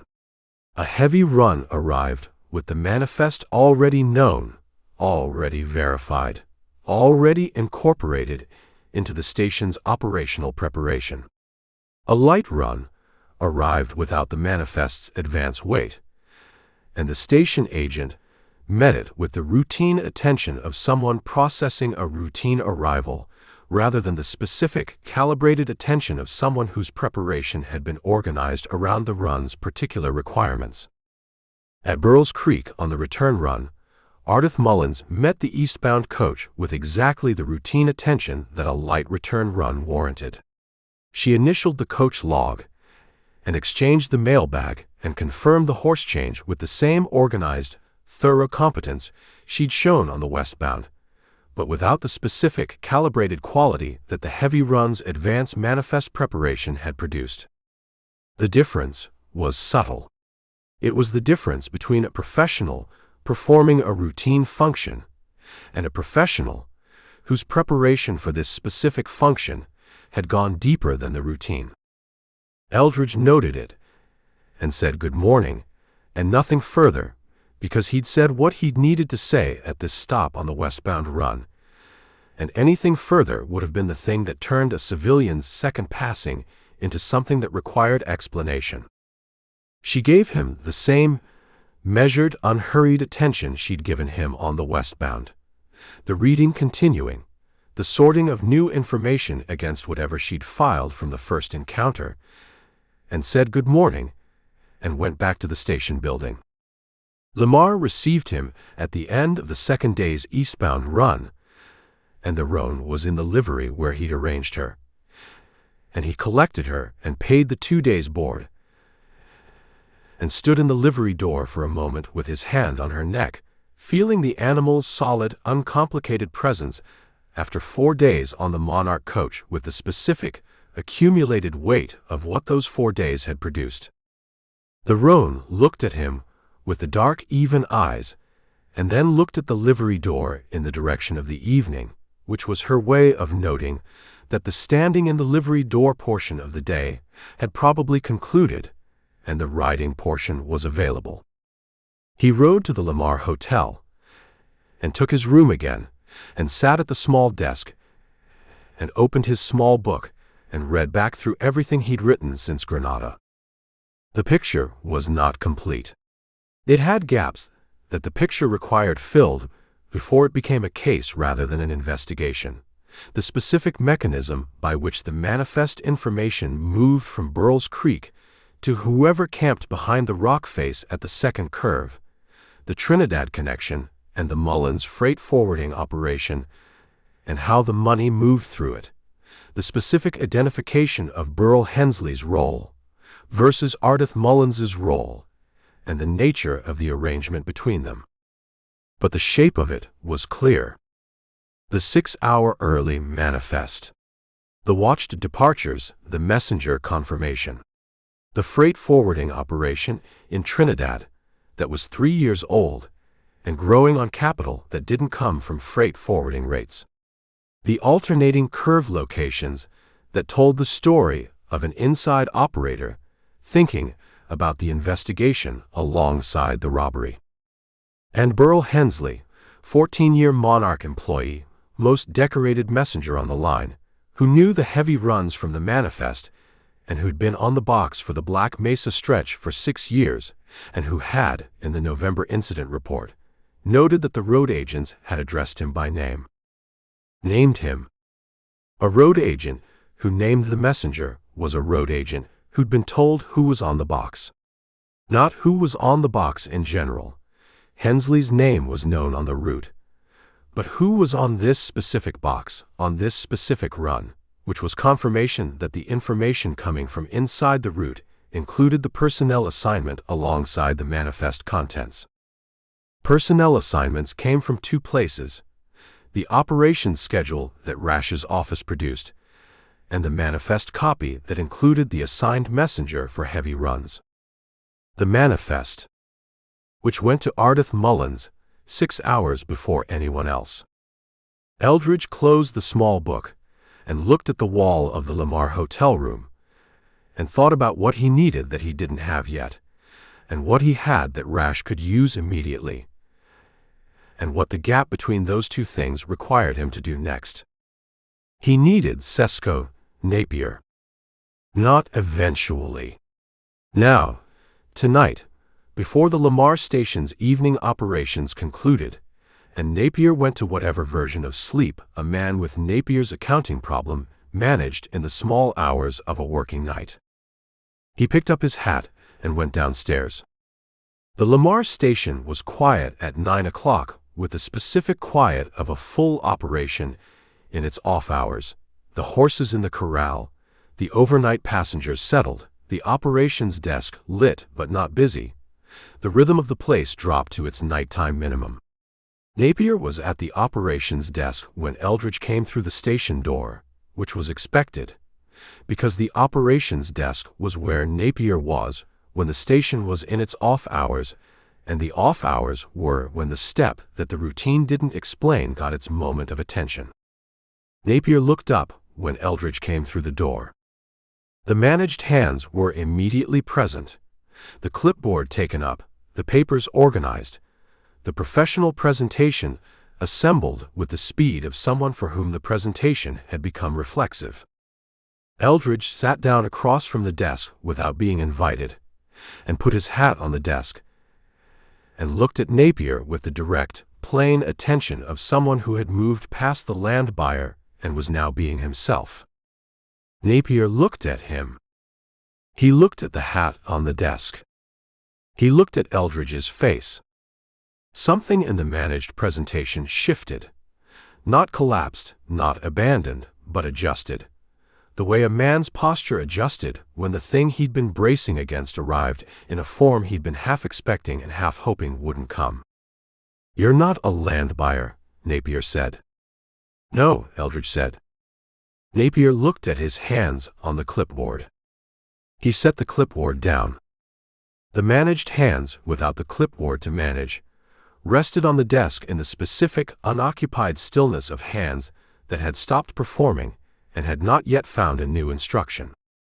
"How long?" Napier said. Not asking how long Eldridge had known. Asking how long the accounting was going to continue before someone put it on the table between them. "Tonight," Eldridge said. "It goes on the table tonight." Napier looked at his hands. He looked at the operations desk, and the lamp on it, and the station log, and the manifest files in their organized sequence, and the 14 months of his own initialing on the copies of every manifest that had come through this station, the routine initials that were also the routine confirmation of who had seen what and when. "I'll need to know," Eldridge said, "exactly how the manifest information moved from Lamar. The postal address you used. The timing. Every detail of the arrangement." Napier looked at him for a long moment. The station was quiet around them. The horses in the corral were settling into their nighttime stillness. The overnight passengers were asleep above them in the station's accommodation rooms. The Lamar night was doing what August nights in this part of Colorado did, dropping fast from the day's heat toward the specific, clear cold of high country darkness, the temperature changing fast enough to feel like a decision rather than a process. $50 a quarter, Napier said. Quietly, in the flat tone of a man stating an amount that had seemed one thing when he agreed to it, and was now, in the specific light of this conversation, clearly something else entirely. "To a postal address in Trinidad," Eldridge said. Napier looked at him. "Tell me the address," Eldridge said. Napier told him. Eldridge didn't write it down immediately. He held it and looked at it in his memory against the freight forwarding operations location on the Trinidad street he'd walked the previous evening, and the address and the location aligned within half a block, which was close enough. He took out his small book and wrote the address down and looked at what he'd written. "One more question tonight," Eldridge said. "The arrangement, who approached you, how it was described to you initially." Napier looked at the lamp. "A woman," he said. "She came through on the westbound coach. Stopped overnight, same as any passenger. We talked at supper, about the route, about the operation, the kind of conversation you have with someone who knows the business and is interested in discussing it." He paused. "She asked about the manifest process, how the copies were distributed, the timing, whether the final manifest on heavy runs was finalized here or received from Granada. I answered, because the questions were the kind of questions a knowledgeable person in the express business asked, and I had no reason to think they were anything other than professional interest." "When did the arrangement get proposed?" Eldridge said. "The next morning," Napier said, "before the eastbound coach. She came to the operations desk and said she had a business proposition. She said she needed early notification of heavy run manifests, just the contents summary, not the full document, and that she would pay $50 a quarter for a reliable source.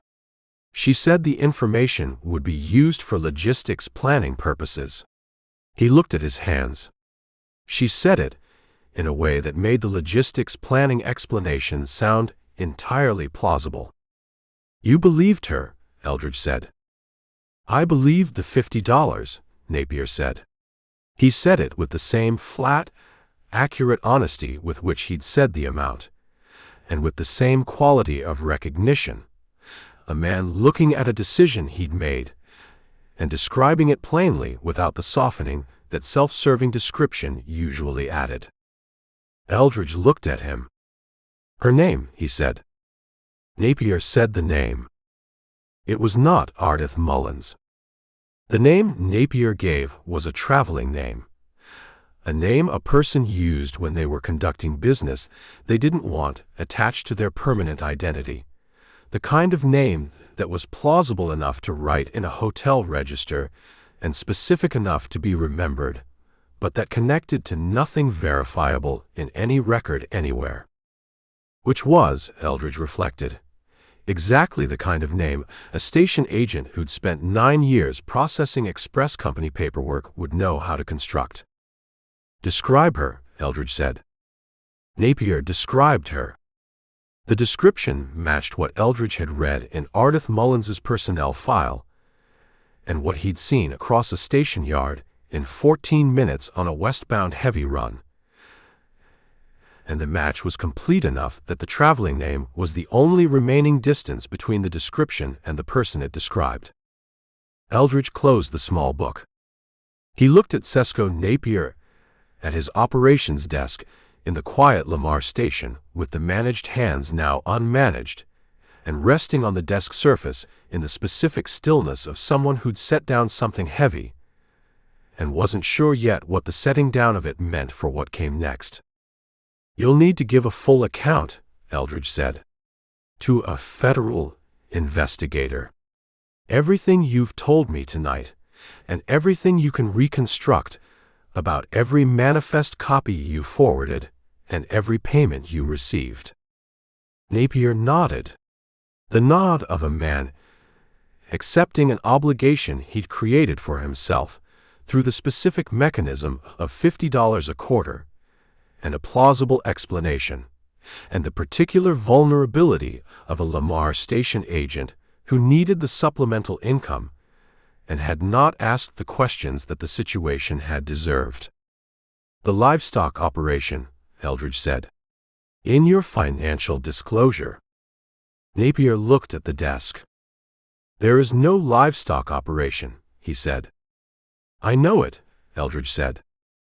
He stood and picked up his hat from the desk and put it on and looked at the Lamar station's organized, competent operations space, the manifest files, the coach log, the initialed copies of 14 months of heavy-run manifests, and then looked at Sesko Napier, who was looking at the lamp with the expression of a man who'd been holding something that was heavier than he'd agreed to hold, and had finally put it down on someone else's table, and was discovering that the putting down of it felt less like relief and more like the beginning of a different kind of weight. Outside, Burl Hensley was somewhere on the route between this station and the one before it or the one after it, riding the box in the confident, veteran manner of a man with 14 years of impeccable service and a reputation that the Eastern directors called exemplary. And 40 miles west, at the 5th stop on the Monarch Express route, Ardith Mullins was at her operations desk in the Burl's Creek station, running the evening's accounting in the clean, precise hand that had been initialing manifests for 9 years, doing the work the company paid her $65 a month to do, and the work she'd decided to do for the difference between $65 and what the work was actually worth. Eldridge walked out of the Lamar station into the clear, cold Colorado night. The roan was at the hotel livery. He had one more stop to make before the Mesa country. He had Burl Hensley to find. Chapter 5. He found Hensley at the 4th stop. Not by searching, by the route's own logic, which put the senior Mesa messenger at Mesa Wells between heavy runs in the same way the route's logic put everything where it was, through the operational requirements of a 180-mile line that needed its personnel positioned correctly to cover what the schedule required. Hensley was between runs, which the operations schedule Rash had included in the folio placed him at Mesa Wells for 3 days before the next heavy run westbound, and Mesa Wells was where Eldridge was going anyway, because the eastbound coach out of Trinidad stopped there, and Mesa Wells was where Eldridge needed to be before he went further west. The Tevis herd who met the coach was the same Tevis herd who'd met the westbound, unhurried, compressed, processing the arrival with the thoroughness of someone for whom the process existed for good reasons.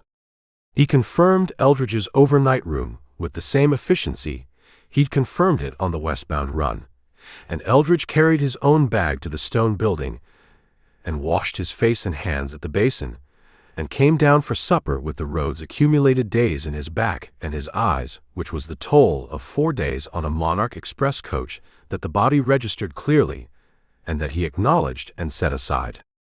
Burl Hensley was at supper.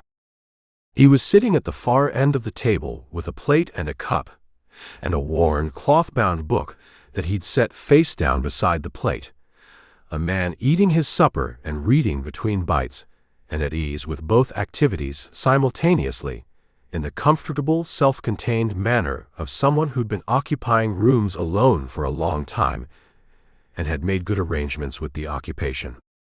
He looked up when Eldridge came in and gave him the easy, open acknowledgement of a man who noticed people entering rooms and found them worth acknowledging. "Evening," Hensley said. "Evening," Eldridge said, and sat at the nearer end of the table and served himself from the dishes Herd's cook had left covered on the sideboard. They ate in the companionable silence of 2 men in the same room, at the same meal, who had no particular obligation to each other, and no particular resistance to each other either. Hensley went back to his book. Eldridge ate, and looked at the stone walls and the lamp on the table, and the window, showing the last of the evening light fading off the mesa rim above the canyon. The book was a history of something. He couldn't read the spine from this angle, but the density of the text visible at the open page and the absence of illustration suggested history or natural science, the kind of reading a man did when he was genuinely interested in a subject rather than passing time. After perhaps 10 minutes, Hensley turned a page and said without looking up, "You were on the westbound box out of Lamar." "I was," Eldridge said. "Saw you from the yard at my stop." He turned another page. "Unusual for a passenger to ride the box 2 days running." "Driver offered the seat," Eldridge said. "I've got a bad back that doesn't improve in the coach body. Road like this, box is better. You're moving with it rather than against it." Hensley looked up from the book.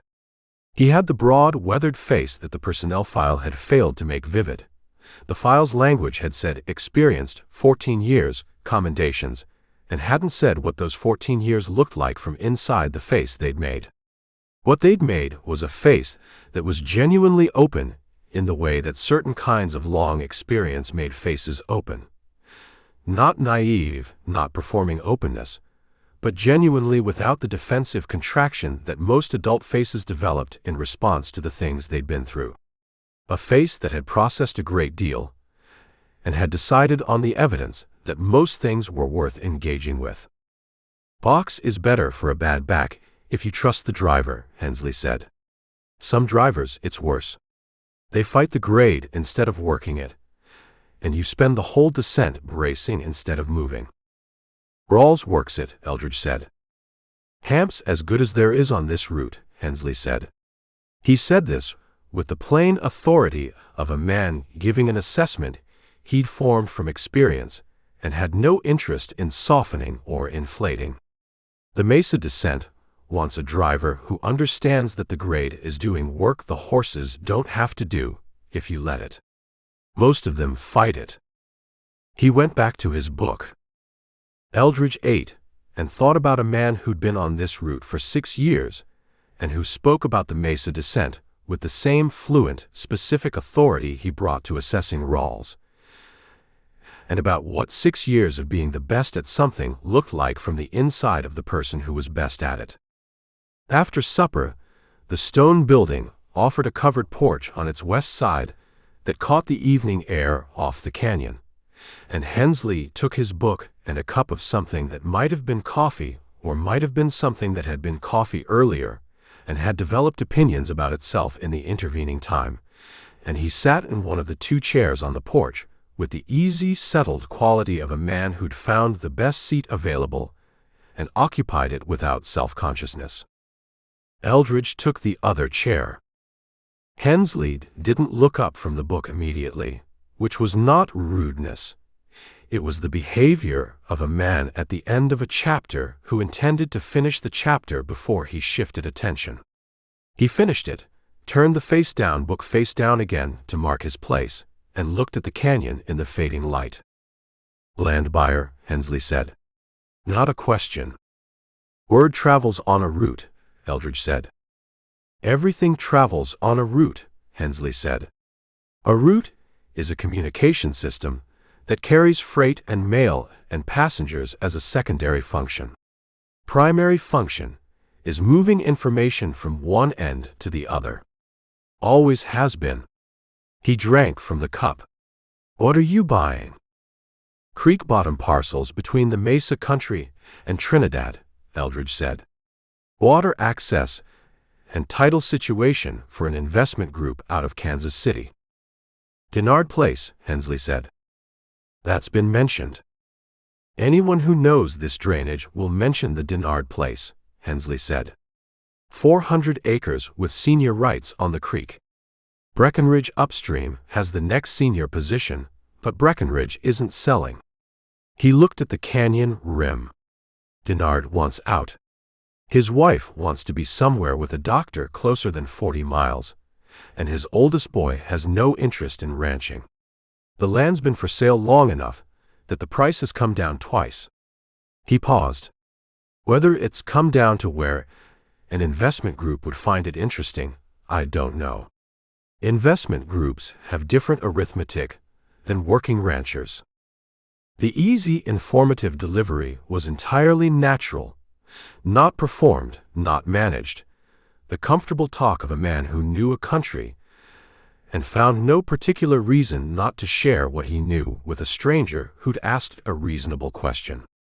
He talked the way a man talked when the information he was giving was the only thing he was giving, when there was nothing underneath it that the talking was covering. Eldridge had been in enough conversations that covered something to know the difference between covering and not covering, and Burl Hensley was not covering anything. This was the thing about him that the outline had identified and that the room confirmed. The guilt, if it was there, was not producing the behavior that guilt produced. The managed hands, the pauses in the routine, the specific over-helpfulness of someone performing an innocent presentation over a guilty reality. Hensley was simply present, simply himself, talking about creek-bottom land in the evening with a stranger because the stranger had asked, and the talking was the natural response to the asking. Which meant one of two things. Either Hensley was innocent of the inside arrangement, and the pattern that pointed at him was pointing at someone who had access to the same information he had rather than at him specifically. Or Hensley had been doing what he was doing for long enough, and had been good at what he was doing for long enough that the doing of it had stopped producing the behaviors that guilt produced, had been absorbed into the identity of the person doing it, the way all long-term repeated actions were eventually absorbed, until they became part of the structure of the person rather than a thing the person was doing and was aware of doing. A 14-year Monarch employee who'd been declining promotion and staying on the box and building the exemplary record might have spent some of those 14 years building the record specifically as the structure inside which something else could happen. And if he'd been doing that long enough, the structure and the something else would have merged into a single coherent way of being in the world that no longer felt like concealment because it had become simply who he was. Eldridge looked at the canyon rim and drank his coffee and let the silence sit between them without filling it. The mesa descent, he said after a while. Riding the box through those curves, how do drivers read them in the dark? Hensley looked at him. You ride at night, Eldridge said. The heavy runs often run at night on the mesa stretch, from what I understand of the schedule. Some do, Hensley said. He was reading Eldridge now. Eldridge could feel it, the same receiving and sorting that Ardith Mullins had done across a station yard, but with a different quality to it. Hensley's reading was the reading of a man who'd been meeting strangers on this route for 6 years and had developed from the meeting a working system for assessing what a stranger was and wasn't. He was reading the land buyer and finding the land buyer plausible. Night driving on the mesa is about feel more than sight, Hensley said. Rawls knows the road well enough to read it from the horses. They know the curves from repetition, and they'll tell a driver what's coming if the driver knows how to listen to them. He looked at the canyon. The blind curves are the challenge. Rock face on one side, drop on the other, and the team making the turn on memory rather than sight. He drank from his cup. You trust the horses and the driver, and you watch what the sides give you. What do the sides give you? Eldridge said. Sound, Hensley said. Mostly. The way the canyon walls handle the coach noise changes when you're approaching a curve versus moving through open road. Experienced man on the box hears the change before he sees the turn. He looked at the book on the chair arm. 6 years of those curves, you stop thinking about them and start just being in them. The incidents on those curves, Eldridge said. The road agent work. Hensley was quiet for a moment. Not the pause of concealment, but the pause of a man moving from one subject to another that he had genuine feelings about, and was organizing those feelings before he expressed them. 7 times in 14 months, he said. On a route I've been riding 6 years. I've lost 2 boxes in 7 incidents. He looked at the canyon rim. The company says road agents. I've met road agents on 3 other routes in 20 years of this work. They don't pick like that. They don't know the box position from 300 yards in the dark, and they don't name the man on the seat. He said this with the flat, honest quality of a man reporting a conclusion he'd reached from evidence and wasn't softening. Eldridge looked at the canyon. What do you think it is? He said. Hensley turned his cup in his hands. Not managed, not performing with his hands, just the unconscious fidgeting of a man thinking carefully about what to say next. I think it's inside, he said. I've thought that since the 3rd incident. Someone on this route with manifest access and the specific know-how to position a crew at the right curve on the right night. He looked at Eldridge directly. I've said that to Dewey Rash twice. Rash is a careful man. He doesn't disagree, he doesn't confirm, he says he's looking into it. He paused. I'm not wrong about this. Eldridge looked at him. The man sitting beside him on the porch of the Mesa Wells station building had just told him, plainly and without hesitation, that the operation he was part of was an inside job. He'd told him this without any indication that the telling was dangerous to himself, which was either the confidence of complete innocence or the confidence of someone who'd been on the right side of this accusation for so long that being on the right side of it had become his actual position. You know the people on this route, Eldridge said. If it's inside, who has the access and the knowledge to run it? Hensley was quiet for a longer moment. I've thought about that too, he said. More than I'd like. He looked at the canyon. There are 4 people on this route with consistent access to the final heavy run manifests. Rash's clerk. Me. Tevis Hurd at Mesa Wells. And the agent at the 5th stop. He paused. Hurd's been on this route 12 years and has more to lose from any irregularity than anyone else on the line. I've been on this route 6 years, and I know the box work and the route operation from the inside in a way that would make me useful to someone running this. He stopped. Eldridge waited. The 5th stop agent's been there 9 years, Hensley said. She knows the route from a fixed position, in a way the rest of us know it from motion. She knows the manifests because she gets them early. She arranged for early delivery for the stock orders, and it's been standard procedure for 3 years. He turned the cup. She also knows the Trinidad end. She's got family in Trinidad. Her husband's brother runs a business down there. He said this without looking at Eldridge. Eldridge looked at the canyon rim, going dark now, the last light above it orange and definitive, and then gone, as the evening made its final decision. You've been thinking about this for a long time, Eldridge said. I don't like thinking about it, Hensley said. He picked up his book and looked at the cover without opening it. I've known Ardith Mullins 7 years. She's a good woman who does good work for a company that pays her less than the work is worth. He looked at the book. That doesn't mean what I think it might mean is wrong. The porch was quiet around them. Below the stone building, the creek ran its modest drought-reduced current, and above the canyon, the stars came out in the way they came out at elevation, committed, numerous, the darkness between them deep and specific rather than merely absent of light.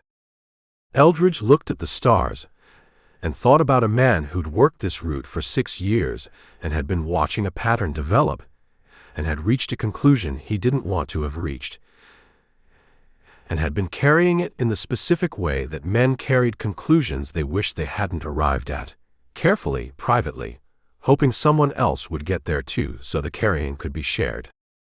He thought about what Hensley had just given him. Not a confession. Not an accusation in the formal sense. A man thinking out loud about a pattern he'd observed over 14 months, naming the people with the access and the knowledge, and stopping before he named the one he'd decided on, stopping with her name still in the sentence, in the pause between the 5th stop agent's been there 9 years and the analysis that followed it. A pause that wasn't concealment, but was the reluctance of a man who understood what naming someone meant and wanted the naming to be accurate before he committed to it. He'd named her anyway. In his own time, in his own manner, with the full weight of 7 years of knowing her behind the naming. Eldridge looked at the creek below. The book, he said. What are you reading? Hensley looked at the cover. Parkman, he said. The Oregon Trail. I've read it 4 times. He opened it to the face-down page. First time I read it I was 22, and I thought it was about adventure. Third time I read it, I understood it was about something being over while you were still in the middle of it. He looked at the page. I haven't decided yet what the fourth reading is about. He went back to reading. Eldridge sat in the second chair and looked at the dark canyon and the creek below it and the stars above the rim. And the night settled around the stone building with its specific high country weight. And the man beside him turned a page and read. And the reading had in it nothing of concealment and nothing of performance, and everything of a man in a chair on a porch at the end of a day doing the thing he decided to do with the evening. Eldridge sat with it. He sat with the portrait of a man who'd been on this route for 6 years and who'd watched 7 express boxes taken on 2 curves he knew better than his own hands, and who'd reached a conclusion about who was running the operation, and had been carrying that conclusion alone with the reluctance of someone who understood exactly what the carrying meant, and what the setting down of it would cost the person he set it down on. He sat with the understanding that the pattern pointed at Hensley, and that Hensley was pointing at someone else, and that one of those 2 facts had to be wrong, and he didn't yet know which one. He needed to know which one before the next heavy run went through the Mesa country. He needed, specifically, to go back to the 5th stop. Hensley turned a page. The creek ran below the porch in the dark. Eldridge sat in his chair until the lamp in the dining room went out behind him and the canyon was fully dark and the stars above it were doing their work. And then he stood without saying anything and went inside. And Burl Hensley kept reading on the dark porch by the light of a different lamp he'd lit without Eldridge noticing. The book held close to the light. The face settled into the absorbed, quiet expression of a man in the middle of something he'd read 3 times before, and was reading again because it said something different the 4th time through. Chapter 6. He woke before the Mesa Wells station clock read 5, and lay in the dark of the stone room for a few minutes, running the previous evening through a second time in the way he ran everything important through a second time. Not to change what he'd concluded, but to check the conclusion against what had produced it, to make sure the conclusion was earned by the evidence rather than by the desire for the evidence to point somewhere clean. The conclusion was earned. Burl Hensley had named Ardith Mullins with the reluctant, precise care of a man who'd been watching a pattern for 14 months and had arrived at an answer he didn't want and was naming it anyway, because not naming it was no longer a position he could maintain. He'd named her without naming her.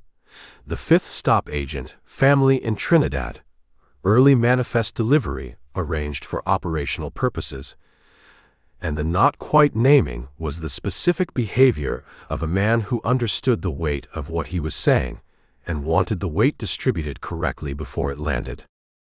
What the conversation hadn't resolved was the question Eldridge had carried out of it into the dark canyon air. The pattern pointed at Hensley. The manifest access, the route knowledge, the Mesa curve expertise, the personnel assignment information that put his name in a road agent's mouth in the November incident.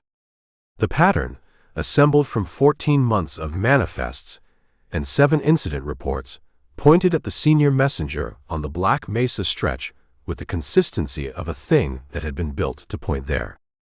And Hensley had sat on the porch and pointed at Ardith Mullins with the genuine, reluctant honesty of a man who wasn't managing anything, wasn't covering anything, who had reached his own conclusion from his own 14 months of watching, and was sharing it in the way a man shared a conclusion he wished he hadn't reached.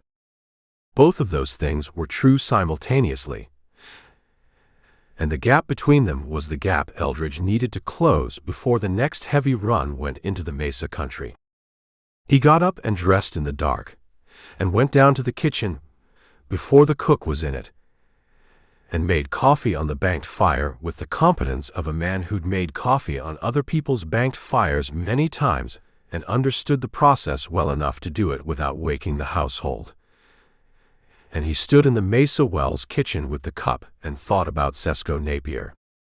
Napier had named the woman who approached him as the source of the arrangement. He described her, the description matching Ardith Mullins in every particular. He'd given a postal address in Trinidad that aligned with Mullins' freight forwarding within half a block. Napier had not named Burl Hensley. The manifest information moved from Lamar to Trinidad through Napier's forwarding of manifest summaries to the postal address. That was one channel. But the manifest information that reached the road agents included personnel assignments, which messenger was on which heavy run, and personnel assignments weren't in the manifest summaries that Napier forwarded. Personnel assignments came from a different source. The final manifest, as Rash had explained in the Granada office, included the assigned messenger for heavy runs. The final manifest went to the station agents. It did not go to Napier specifically. He forwarded summaries, not the complete document. The personnel assignment information was in the complete document, which meant there was a second channel. Someone with access to the complete final manifest, not just the content summary, was providing the personnel assignments to the Trinidad operation. That someone received the complete manifest, which narrowed it to the same 3 asterisk names: Hensley, Hurd, and Ardith Mullins.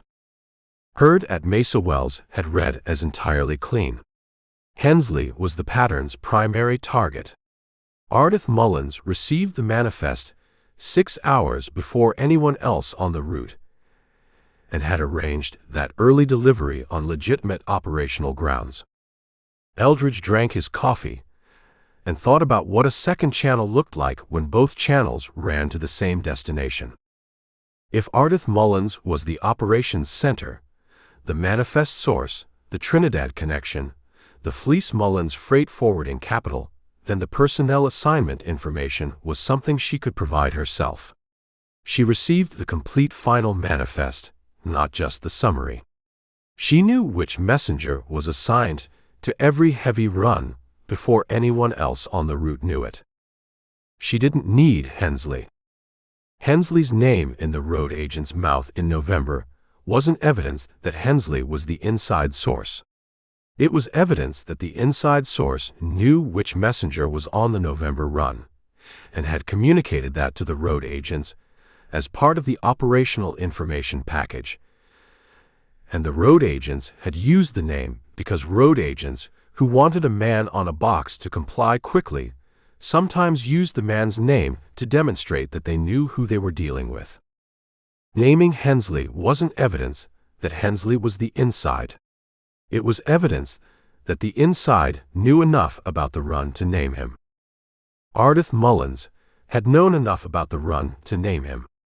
She'd received the complete final manifest 6 hours before departure. Eldridge set the cup on the kitchen counter. The pattern pointed at Hensley because the pattern had been built to point at Hensley. Not deliberately constructed as a frame. Nothing in what he'd assembled suggested that level of premeditation about Hensley specifically. But the pattern had emerged from 14 months of incidents that all shared the same elements: Mesa curves, heavy runs, the messenger's name. The name was the detail that made Hensley the obvious suspect, and the name had come from the road agent's behavior. And the road agents had been given the name by whoever gave them the operational information, which was the inside operator, which was Ardith Mullins. She hadn't framed him deliberately. She'd used his name as an operational detail. It was in the manifest. It was relevant to the road agent's approach management. And the using of it had produced, as a secondary effect, a pattern that pointed at the senior messenger on the Mesa stretch and away from the fifth stop station agent who'd been providing the complete manifest information 6 hours ahead of the route's standard distribution. He went back upstairs and collected his bag and settled the room charge with the sleepy hand, who came to the desk at 5:30 and walked to the corral where the westbound morning coach's team was being harnessed by the same focused, task-oriented hand who'd handled the arrivals on the westbound run. He wasn't taking the morning coach. He was taking a horse. Tevis Hurd came out of the stone building at 6 with the unhurried, compressed efficiency that characterized all his movements, and found Eldridge at the corral talking to the hand about the available stock. "I need a riding horse," Eldridge said. "Not a relay animal. Something road sound for a 2-day ride. I'll leave it at the Lamar livery, on account to be returned on the next westbound." Hurd looked at him. "Land buyer business," Eldridge said. Hurd looked at the corral stock with the evaluating attention of a man who knew his horses and was assessing which of them represented a reasonable loan against a Lamar livery return guarantee. "The dun in the east corner," Hurd said. "He's a relay horse, but he's got the legs for road work and he won't embarrass you." He paused. "He has opinions about his pace. Let him set it." "I appreciate it," Eldridge said. "Lamar livery account," Hurd said. He said it in the manner of a man noting a transaction he intended to see completed correctly. "Lamar livery account," Eldridge confirmed. He saddled the dun with the tack Hurd's hand indicated and led him out of the corral and mounted and looked at the canyon road east and at the morning coming over the mesa rim above the station in the way it came over mesas, arriving from the top down, the rim lit before the canyon floor, the station building still in pre-dawn shadow while the rock above it was already in full morning light. The dun had opinions about his pace, as Hurd had said. The opinion was a ground covering, mid-range trot that he settled into within the first mile and maintained with the consistent, self-organized energy of an animal that had covered this road many times and had decided from the covering how it should be covered. Eldridge let him have the pace and sat it and watched the road and the country. He reached Lamar before noon.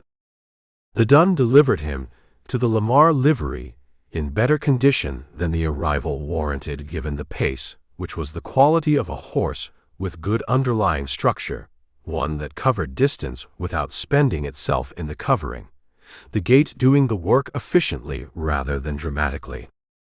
He left the dun on the account and walked to the Lamar Territorial Bank. The bank manager was a compact man named Greer, who had the specific guarded quality of small-town bank managers when approached by strangers asking about account information, which was a quality Eldridge expected and had prepared for. He produced the letter of authorization that Dewey Rash had included in the folio. Not the land buyer letter, a different one, a Monarch Express company authorization establishing Eldridge as an agent of the company's operations review, which was technically accurate in the way that letters for this kind of use were always technically accurate and never fully descriptive. Greer read the letter. He looked at Eldridge. He went to the back office and came back with a ledger and set it on the counter and opened it to a page marked with a strip of paper.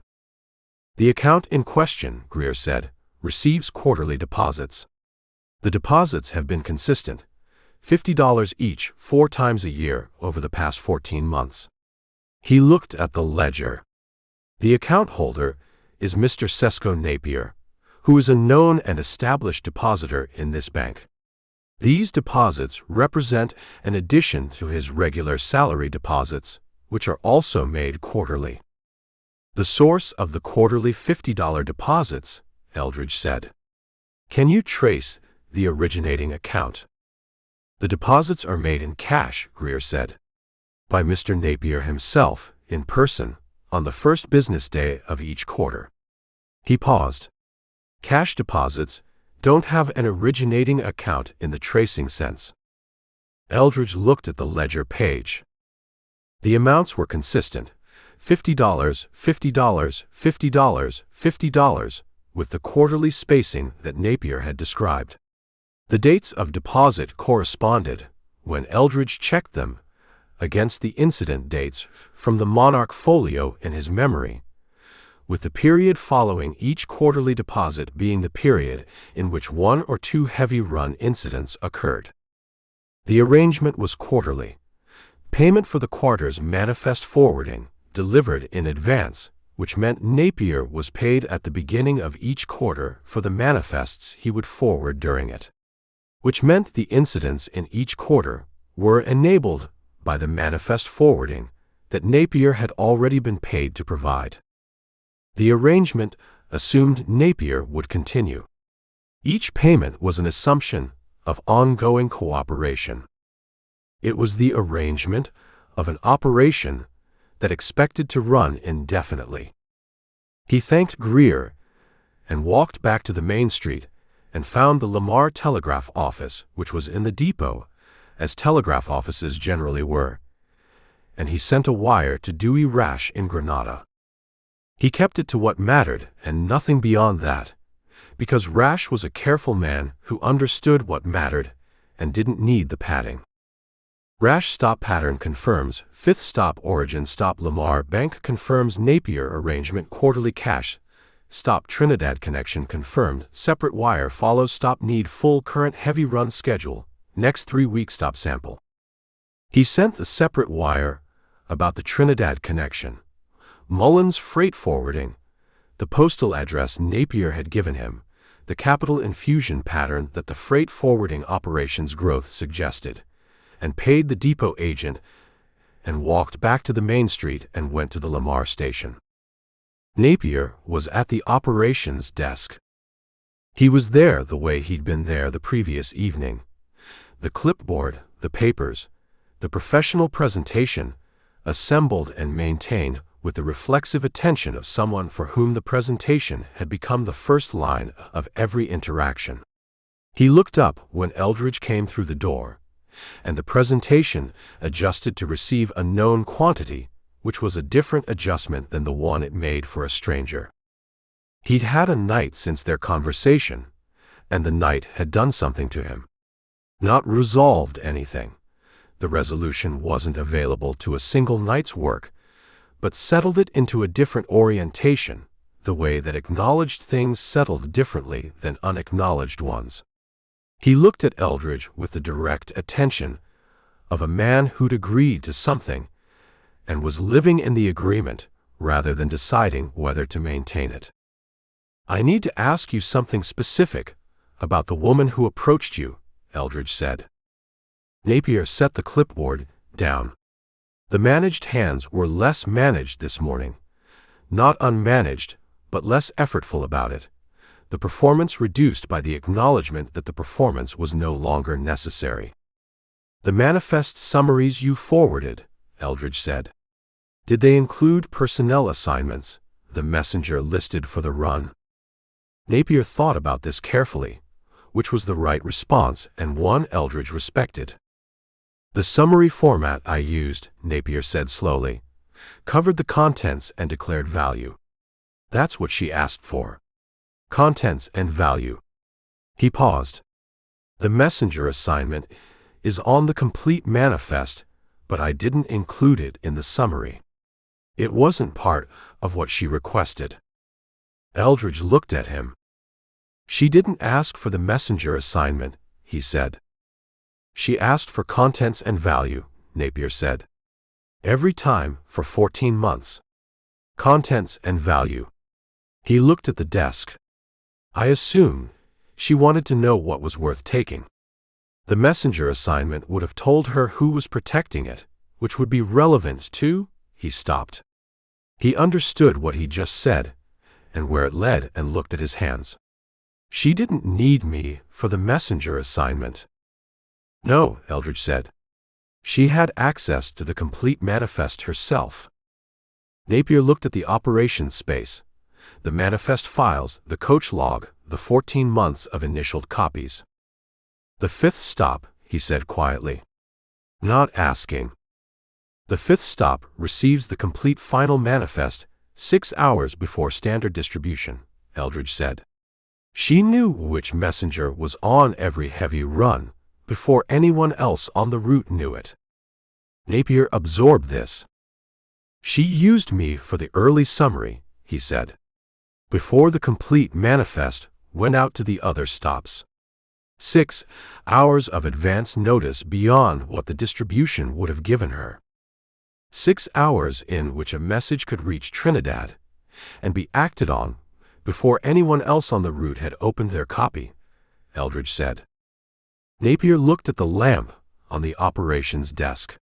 The morning light was coming through the station windows fully now, the day's business beginning to fill the streets outside, and the lamp was unnecessary and had been burning unnoticed since before Napier came to the desk in the pre-dawn routine of a man whose morning started before the morning did. He reached out and turned the lamp down. "I want to ask you something," Napier said. He looked at Eldridge directly, with the straight attention of a man who decided that straightness was the only remaining register available to him. "The woman who approached me. She was not a person who seemed to be doing harm. She was a person who seemed to be correcting an imbalance. That's how she presented it, and that's how I received it, and I'm not telling you this to excuse what I did. I'm telling you because I want you to understand what she communicated and how she communicated it, because that might tell you something about her that the rest of what you know doesn't." Eldridge looked at him. "She said," Napier continued, "that there were people in this company who did valuable work and were paid inadequately for it, and that the arrangement she was proposing was a correction to that inadequacy. She said it once, briefly, at the beginning, and she didn't repeat it or elaborate on it. She said it as a fact and moved on." He paused. "She was not asking me to agree with her. She was providing context, like a woman who understood that the context would be sufficient and didn't need advocacy." Eldridge thought about a company that paid a woman $65 a month to run 12 horses and a bunkhouse and overnight accommodation and 9 years of route knowledge, and about the specific, measured way that a woman who understood both her value and her compensation described the gap between them to a man she was recruiting. "She was right about the imbalance," Eldridge said. "That doesn't change what she built on top of it." "No," Napier said. "It doesn't." He picked the clipboard back up. Not the reflexive, managed hands motion of before, but the purposeful motion of a man returning to work that needed doing, regardless of everything else that was happening in the room. Eldridge left him to it. He ate lunch at the Lamar Hotel and waited for Rash's reply wire, and it came at 2 in the afternoon, delivered by the depot agent's runner, a boy of 12 who found Eldridge in the hotel dining room with the focused, task-completing energy of a boy who'd been told where to go and had gone there without detour. He tipped the boy and read the wire. Rash had done 2 things. The first was provide the heavy run schedule for the next 3 weeks, 4 runs total, the dates and manifest weights and declared values, the assigned messengers listed beside each run date. 3 of the 4 had Burl Hensley as the assigned messenger on the Mesa stretch. The 4th had Cord Bevins, the eastern half messenger, which meant the 4th run's Mesa crossing was unassigned, which was a circumstance that would affect the operations calculus. The second thing Rash had done was add a single line at the bottom of the wire, in the compressed language of a man who chose words the way he chose everything else, for function. Next heavy run, 9 days stop Hensley assigned stop 4,000 freight currency stop your call stop. Your call.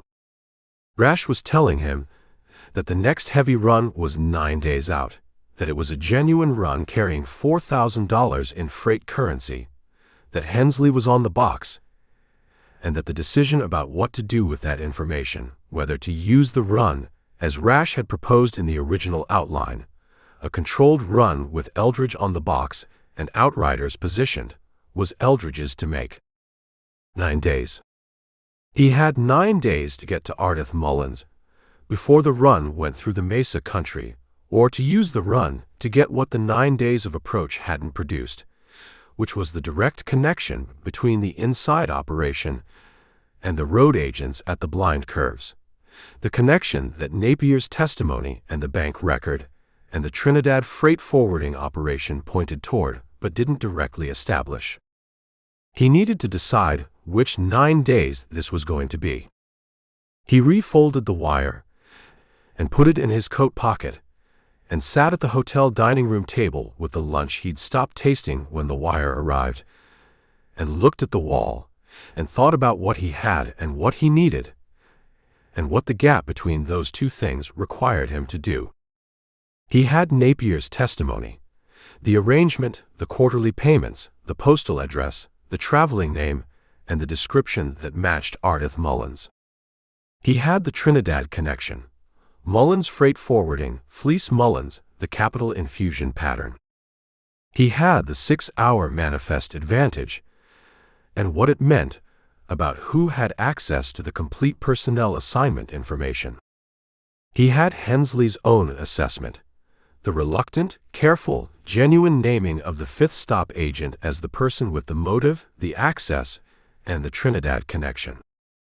He did not have the road agents.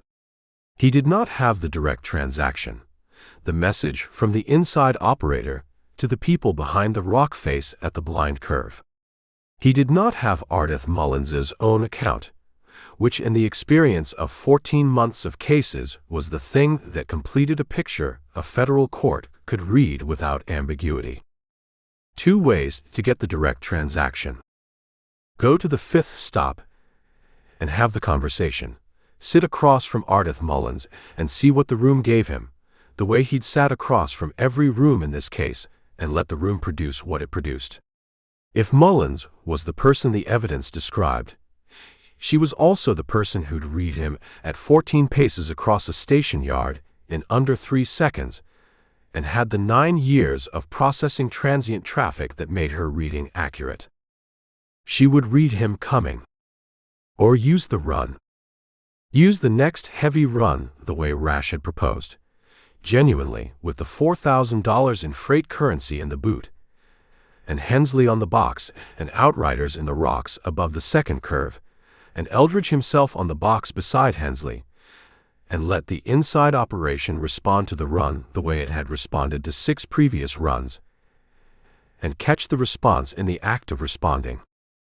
The act of responding was the direct transaction. The message sent, the road agents positioned, the curve approached, all of it producing, in the moment of the approach, the evidence that completed the picture. The risk of the second approach was what it had always been on a run that used the real cargo.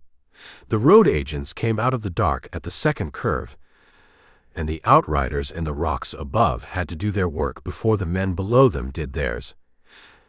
And in a dark curve on a mesa road with $4,000 in freight currency in the boot, and a driver and messenger and bounty man on the box, the margin between those 2 sequences of events was exactly as thin as the gap between the outrider's position and the curve's geometry allowed. He'd been on the box through the curves in daylight. He knew the geometry. He needed to go back to the fifth stop first. Not to have the conversation he couldn't have yet. Not to sit across from Ardith Mullins and read the room when the room had 9 years of experience reading back. But to look at the station operation one more time with everything he now knew, and see what the knowing showed him that the not knowing had hidden. There was something in the operation he hadn't looked at closely enough the first time, because the first time he'd been a land buyer, and the land buyer's looking had been calibrated to miss things that a land buyer had no reason to find. He was going back as himself. Not announced as himself. not identified as himself, but looking as himself, with the full weight of what 14 months of manifests and Napier's testimony and Hurd's account and Hensley's porch conversation had built. He needed one more day at Burrell's Creek Station before he decided how to use the 9 days. He paid for the lunch and walked back to the livery and saddled the roan, who was rested and ready and communicated both with the forward attention of a horse that had had enough of the livery and had opinions about the alternative. He rode west. Chapter 7. He rode into the Burrell's Creek station yard on a Thursday afternoon, alone, on the roan, without the Monarch Express coach, and without the land buyer's letter in his hand. And the riding in was different from the previous 2 arrivals in every way that arrivals were different when the person arriving had stopped performing something and was simply arriving. Ardith Mullins came out of the station building while he was tying the roan at the post. She came at her measured, unhurried pace and stopped at the building's edge and looked at him with the full, receiving attention that he'd read across the station yard on the westbound run, and that he'd thought about on the porch at Mesa Wells when Hensley had named her with the reluctant precision of a man who'd earned his conclusion through 14 months of watching. She read him for a long moment. He let her read. "You came back," she said. Not surprise, recognition.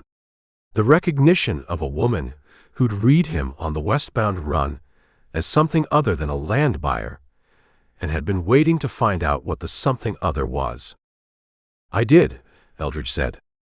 She looked at the roan, at the saddlebag, at the absence of the Monarch Express coach, and the absence of the land buyer's folder, and the absence of everything that had characterized the previous visit, except the man himself. "Come inside," she said. The station's operations room was exactly as it had been on the first visit. The desk, the manifest files, the coach log, the lamp, the operational organization of a woman who ran a professional installation and maintained it to a professional standard regardless of what else she was running alongside it. The ledger was on the desk with the pen beside it, which meant she'd been working when he rode in, and had come out when she heard the horse rather than finishing the entry she'd been making. She sat behind the desk. He took the chair across from it, the same chair position he'd taken across from Rash in Granada, across from Napier in Lamar, across from every desk in this case, and looked at her across the operational surface of the Monarch Express 5th stop station that she'd been running for 9 years at $65 a month. She looked back at him with the straight, unrevealing attention of a woman who decided what she was going to give and what she was going to hold, and who had made that decision sometime between the westbound run and now, and was settled in it. "Eldridge Sample," he said. "I'm working for Dewey Rash." "I know who you are," she said. He looked at her. "Burrell Hensley described you to me," she said. "He sent a note on the eastbound run the day after you talked on the Mesa Wells porch. He described the conversation and described you." She looked at the desk. "Burrell is a careful man. He's been careful about this for 14 months. Eldridge held this. Hensley had sent a note. Not to warn her, or not only to warn her. A careful man who'd been carrying a conclusion alone for 14 months, and had shared it with a stranger on a porch, and who understood what the sharing meant for the person he'd named, would send a note. Would tell her that the stranger was coming, and that he'd told the stranger what he'd concluded, because Hensley's care for accuracy extended to telling her that the accurate account was in circulation. He was a careful man. He was also, Eldridge understood now, not innocent. Not in the direct sense. Not the road agent, not the manifest source, not the operational center. But not innocent of the arrangement either, because a man who sent a note to the person a bounty man was coming for had chosen a side, and the side he'd chosen was not the company's side, and the note was the evidence of the choosing. 14 years of exemplary service and a note sent on the eastbound run. "He told you what he told me," Eldridge said. "He told me he'd named me," she said. "He told me the conversation, and what he'd said, and what you'd said, and that you were coming back." She looked at the manifest files. "He also told me that the man he'd talked to seemed like someone worth telling the truth to." She paused. "Burrell's judgment about people is generally accurate." "He's been protecting you," Eldridge said. She looked at him directly. "He's been doing his job," she said. "Burrell Hensley has been doing his job for 14 years, and he's done it exceptionally well, and he's going to keep doing it for as long as they'll let him." She paused. "What he's also been doing is not saying certain things. Not to the company. Not to the sheriff. Not to Dewey Rash." She looked at the desk. "That's different from protecting me. That's a man who looked at a situation and decided what his responsibility was and what it wasn't." "He told me," Eldridge said. "On the porch." "I know he did," she said. "Because I asked him not to lie if it came to it. I told him a long time ago, when this began, that if someone came who was worth telling the truth to, he should tell it." She looked at Eldridge. "He decided you were worth it." Eldridge looked at the woman across the desk.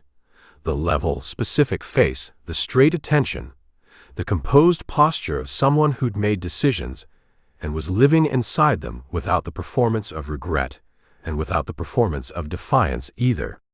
Just inside them, the way you were inside a decision you'd made with full knowledge of what it was. "The note he sent," Eldridge said. "He took a risk sending it." "He takes risks on this route every time he rides the box," she said. "The note was a smaller risk than most of what he does." She looked at the ledger. "He also sent the note because he wanted me to have the time to decide what I was going to say when you came. He was giving me the time, not the warning. There's a difference." "What did you decide?" Eldridge said. She was quiet for a moment. Outside the station building, one of the hands was working the corral, the sound of it coming through the wall, in the specific rhythmic percussion of a man and a horse in a space they both knew. The hoof sounds, the rope, the occasional voice command delivered in the low, continuous way of a man who talked to horses because it helped. "I decided," she said, "that I was going to tell you what it is. Not what I need it to be. What it is." She told him for an hour. Not the entire hour. The telling itself took less time than that. But she told it with the specific care of a woman who understood that the telling mattered, and that inaccuracy in the telling would cost her the only thing the telling could gain, which was the accurate record.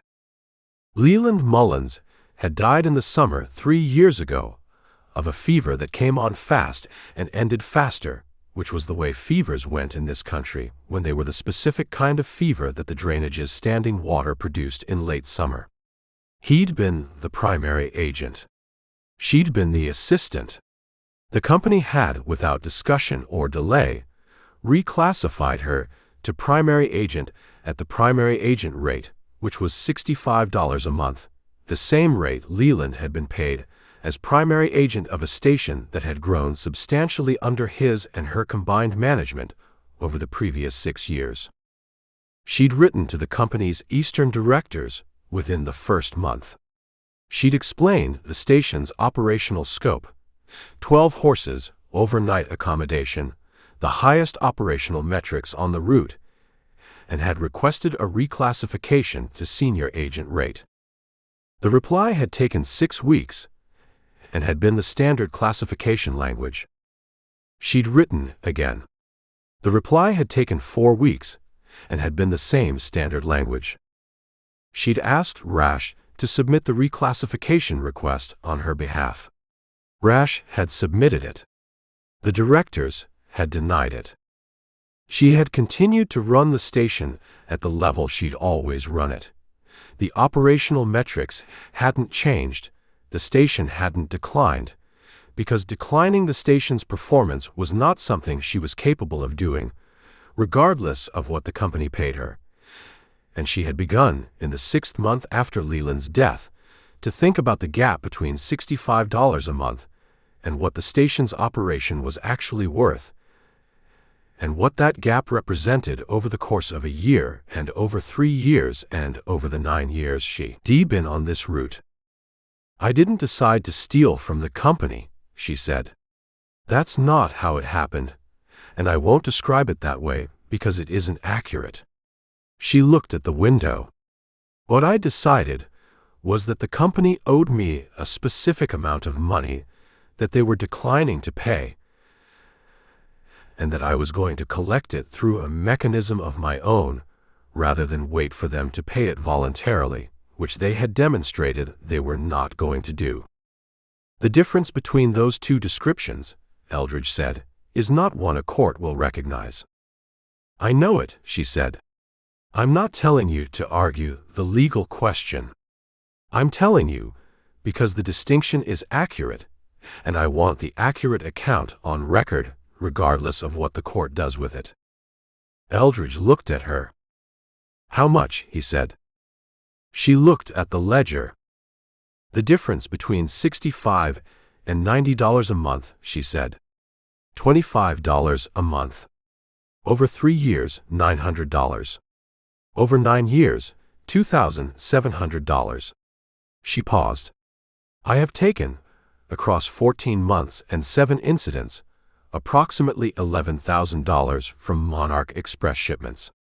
She looked at him directly. "I know that's more than the amount I described. The original scope was the reclassification amount. The scope changed."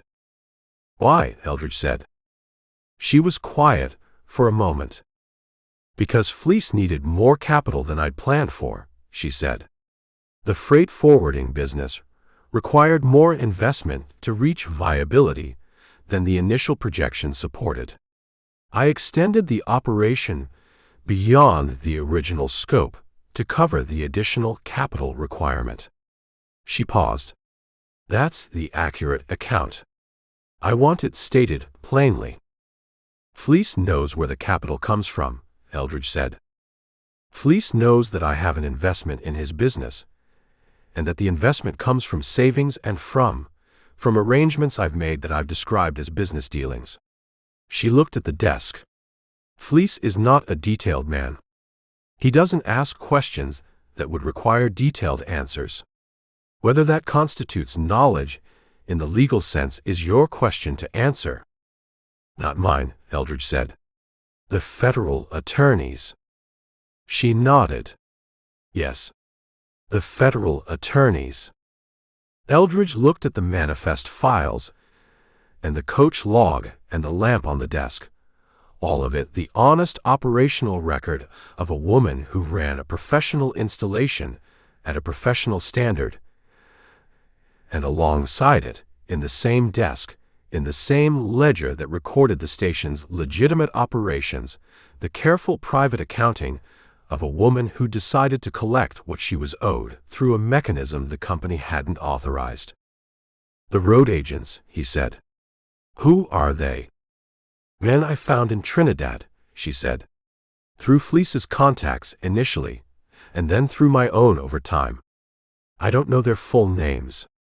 I know them by the names they gave me, which are not their full names, and I know the arrangement, which is a share of the box contents for the execution." She paused. "They are not men I have ongoing relationships with beyond the operational arrangement. They work as directed, and are paid as agreed, and they go back to wherever they go." "Directed how?" Eldridge said. "The message from here to them." "The postal address in Trinidad," she said. "A specific notation in the mail that goes on every run. A notation that looks like a routine station marking, but that carries the relevant information in a format I established with them at the beginning." She looked at him. Every run carries a notation. Heavy runs carry a notation that includes the run date, the curve location, and the box content summary. Light runs carry a notation that says nothing of operational use. You've been communicating on every run for 14 months, Eldridge said. On every run, she said. Because a notation that only appears on heavy runs creates a detectable pattern. A notation that appears on every run doesn't. She paused. The detectable pattern was what I was most concerned about. She'd been concerned about the detectable pattern. She'd built the operation to avoid a detectable pattern on the communication channel, while the incident pattern, alternating curves, heavy runs only, was the pattern that had told Dewey Rash, before he could prove it, that the inside was the explanation. The communication channel was clean. The incident pattern was the tell. The alternating curves, Eldridge said. Was that deliberate? Yes, she said. The alternating was designed to prevent the sheriff establishing a fixed position. I chose the curves based on the cover quality and the approach geometry. She looked at the window. I underestimated how much the alternating itself communicated about the operation's sophistication. Eldridge looked at her. The November incident, he said. The road agents used Hensley's name. Something crossed her face, the first thing that had crossed it in an hour that wasn't composed. Not guilt exactly. A more specific reaction. The reaction of a woman who'd made a professional decision that had produced an unintended consequence she hadn't fully managed. I included the messenger assignment in the November notation, she said. The agents had asked for it. They said knowing which messenger was on the box allowed them to assess the approach timing. I included it once. The agents used it in a way I hadn't anticipated. She paused. I didn't include it after November. It pointed at Hensley, Eldridge said. I understood that afterward, she said. I didn't ask them to use it that way. I didn't intend Burl to be, she stopped. I didn't intend him to be in the picture at all. He's not part of this. He's never been part of this. He sent a note on the eastbound run, Eldridge said. She looked at the desk. He did, she said. That's Burl.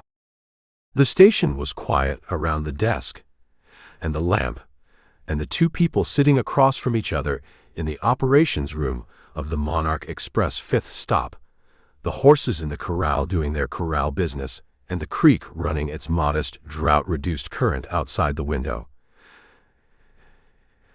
and the afternoon light coming through the window at the specific low angle that late afternoon put on things in canyon country, making the light warm and the shadows long, and the whole of it have the quality of something lit for the last time before it changed. You've told me what it is, Eldridge said. What do you want to do with having told me? She looked at him. I want to go to Trinidad, she said. I want to see Fleece before this reaches him through another channel. I want to explain to him what his business has been built on, which he doesn't fully know, before someone else explains it to him in a way that doesn't include the parts that are relevant to what he knew and what he didn't. She paused. I want him to have the accurate account. Same as I want you to have it. And after Trinidad, Eldridge said. She looked at the manifest files. After Trinidad, I'll go wherever this goes, she said. I'm not going to run. I'm not going to make this harder than it has to be. She looked at him. I want one thing. Tell me, he said. Burl Hensley, she said. He doesn't go down with this.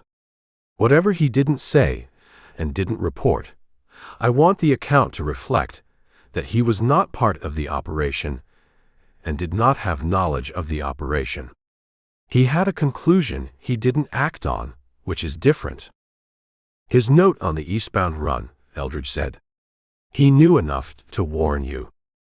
He knew enough to give me time, she said. He didn't know the operation. He had a conclusion. She held Eldridge's eyes. A man can have an accurate conclusion about something he has no knowledge of. Burl is observant, and he's been on this route 6 years, and he understood what the pattern suggested. Understanding what a pattern suggests is not the same as knowing what produced it. Eldridge looked at her for a long moment. He thought about what a federal attorney did with a senior messenger who'd sent a note on the eastbound run. He thought about what a federal attorney did with the distinction between a conclusion and knowledge, and about whether that distinction was one the law recognized in the formal sense or only in the moral sense, and about the gap between those two kinds of recognition that made some things true and some things provable, and some things both, and some things neither. I'll tell Rash what you've told me, Eldridge said. Rash will make the decisions about what the company presses. I'll give my account accurately, which means Hensley's note gets into the record. He paused. What the federal attorney does with the note is the federal attorney's decision. She looked at him. That's honest, she said. It's what I've got, he said. She nodded once. The slow, receiving nod of a woman accepting an answer she'd known was coming, and had asked for anyway, because the asking was part of having the accurate account between them. She closed the ledger on the desk. She stood. I'll need to arrange coverage for the station, she said. One of the hands can manage the operations until the company sends a replacement agent. It will take me a day to brief him. She looked around the operations room, the desk, the manifest files, the coach log, the lamp, with the expression of a woman taking inventory of something she'd built and was leaving. I'd like tomorrow to put the station in order before we go. Tomorrow, Eldridge said. Tomorrow evening, we take the westbound to Trinidad, she said. I'll talk to Fleece. Then we go east, however this goes east. Eldridge looked at her, standing behind the desk in the operations room of the station she'd run for 9 years at $65 a month, with the accurate account on the table between them and Trinidad at the end of tomorrow, and the federal attorney's decisions waiting past that, and thought about the things she'd built and the things she'd decided and the space between the building and the deciding that held the whole of what this case was. He thought about what Rash had written at the bottom of the wire. Your call. He thought about the next heavy run. 9 days out, 4,000 in freight currency, Hensley on the box, and about what the run was no longer needed for. He went to the corral and spoke to the hand who'd been working the horse in the rhythmic, low-voiced way of a man comfortable with the work, and he arranged for the roan to be watered and grained for the overnight, and he came back to the station building and told Ardith Mullins he'd take supper if the cookhouse was running. The cookhouse runs every night, she said. It came out with the automatic authority of a woman for whom the cookhouse running was as given as the creek running, and the horses needing water, and the manifests arriving on schedule, the operational constants of a place she'd built and maintained and would maintain through tomorrow when she put it in order for whoever came after her. He went to the cookhouse and ate supper with the two hands, who talked about the horses and the creek level and the state of the Mesa Road after the rain that had fallen 2 weeks prior, and who regarded him with the incurious neutrality of men who worked a relay station and had learned from the traffic that the variety of people who passed through a relay station was too wide to spend energy categorizing. After supper, he sat on the station building's porch in the cooling canyon air and looked at the creek and the cottonwoods and the mesa rim above the canyon, where the last light was doing its late afternoon work on the rock, and thought about tomorrow and Trinidad and the federal attorney's decisions, and Burl Hensley's note on the eastbound run. He thought about a woman who told him what it was. Not what she needed it to be. What it was. Inside the station building, Ardith Mullins was at the operations desk, working through the evening's accounting in the clean, precise hand that had been running this station for 9 years, putting the record in order the way she'd said she intended to put it in order. Thoroughly and correctly, the way she did everything. The standard maintained, because maintaining the standard was who she was regardless of what was coming tomorrow. The creek ran its modest current in the canyon dark. The roan was in the corral with herds done and the station horses, eating grain she'd ordered for them without being asked. And the canyon above the station was dark and specific against a sky full of stars. And the night came down around Burl's Creek with the particular finality of nights in enclosed country that had nowhere else to go but down. Chapter 8.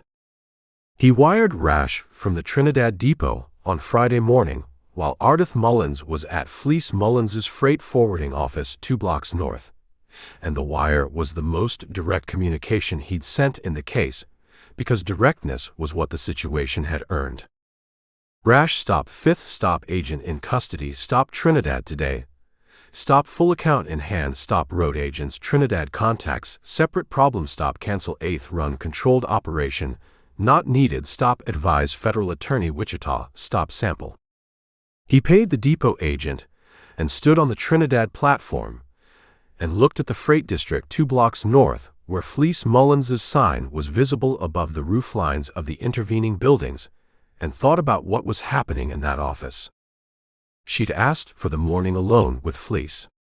She told Eldridge where she'd be, and she'd told him she wasn't going to run, which he believed in the specific way he'd believed Ona Faye Combs when she'd said the same thing from the south bank of the Arkansas.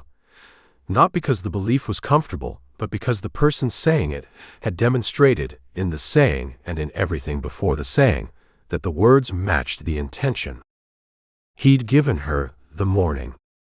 He'd taken the morning to send the wire and to walk the Trinidad Freight District, because the road agents were a separate problem, and the separate problem had a geography.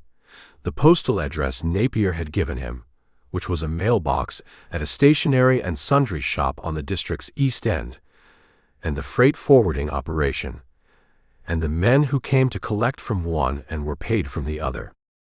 He found the stationery shop and stood across the street from it and looked at it for 10 minutes, which was long enough to see that it was a shop that did the business its sign described,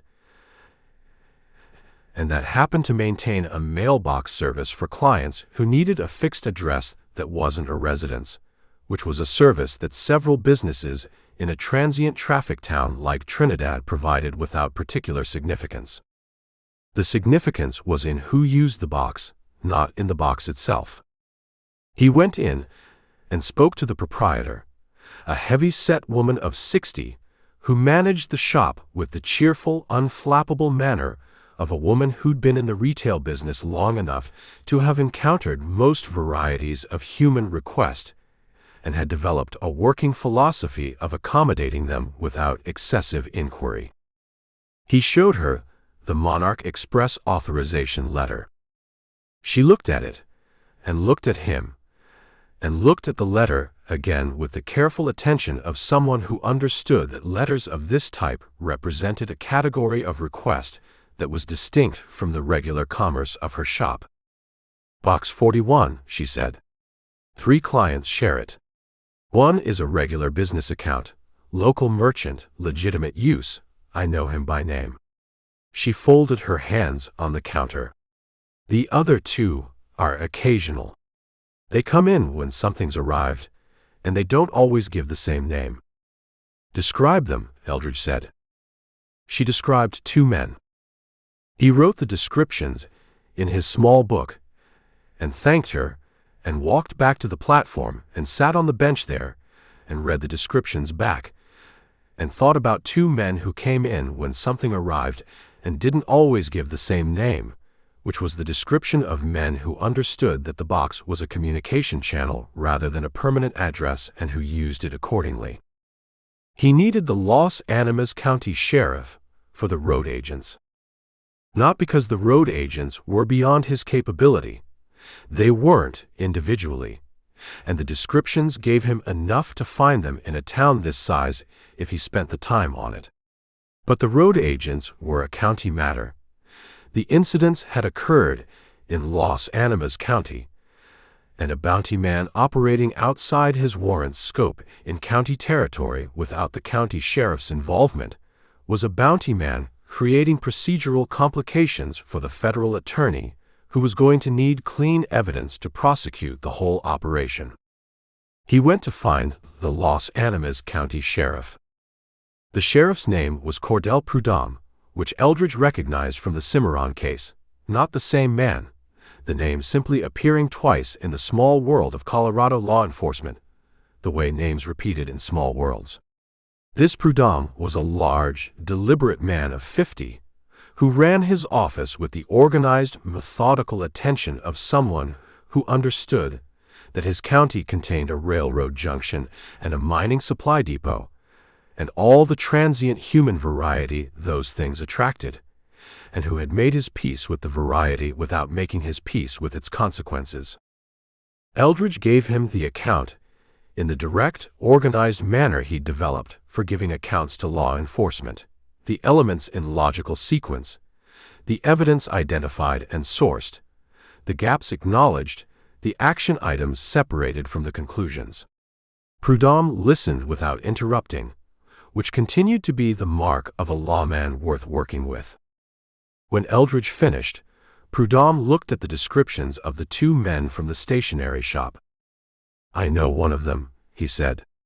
"Name he gives isn't the one I know him by. Man named Decker. He's been in Trinidad 18 months, no fixed employment, no fixed address, no record in this county, but a reputation that suggests prior record elsewhere." He looked at the description. "The other one, I don't know from the description, but the man I do know will know him." "How do you want to handle it?" Eldridge said. "I want to handle it this afternoon," Prudhomme said. "Before word gets to them that the operation's unwound at the source." He looked at Eldridge. "Your presence at the arrest would complicate the chain of evidence. You're a Monarch Express agent on a company authorization. These men need to be arrested on county criminal charges that feed into the federal fraud case, not on express company authority." "I'll stay out of it," Eldridge said. "Tell me when it's done, and I'll include the arrest in my account to Rash." Prudhomme nodded and stood and put his hat on. He left. Eldridge went back to the platform bench and sat in the Trinidad morning and waited for noon, which was when Ardith Mullins had said she'd come to the depot. She came at 5 minutes past noon. She walked from the freight district toward the depot at her measured, unhurried pace, and she was alone, and she carried the same traveling bag she'd carried from the Burles Creek station the previous evening. She looked at Eldridge on the platform bench with the straight attention, and sat down beside him on the bench, and set the bag between her feet. She was quiet for a moment. "He took it hard," she said. Eldridge waited. "He knew something was wrong," she said. "He'd known for a while.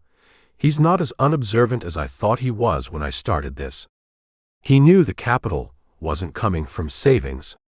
He'd been telling himself the story I gave him, because the story was sufficient, and because he needed the business to work, and because the asking of questions would have produced an answer that unmade the thing he'd built." She looked at the freight district. "He cried. He's not a man who cries easily." She paused. "I stayed until he stopped." "What will he do?" Eldridge said. "He'll cooperate," she said.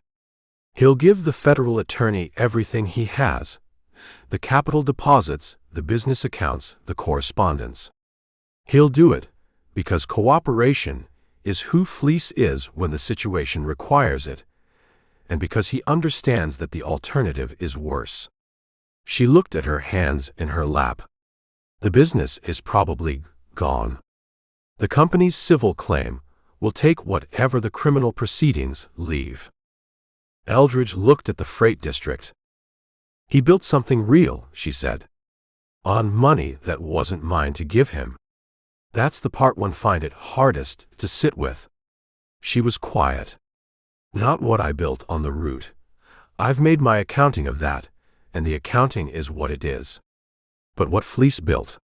He built it genuinely, with real work and real decisions and real relationships with his clients. And it's going to come down because of where the foundation came from. She paused. That's the part of the accounting that doesn't resolve. Eldridge sat with this.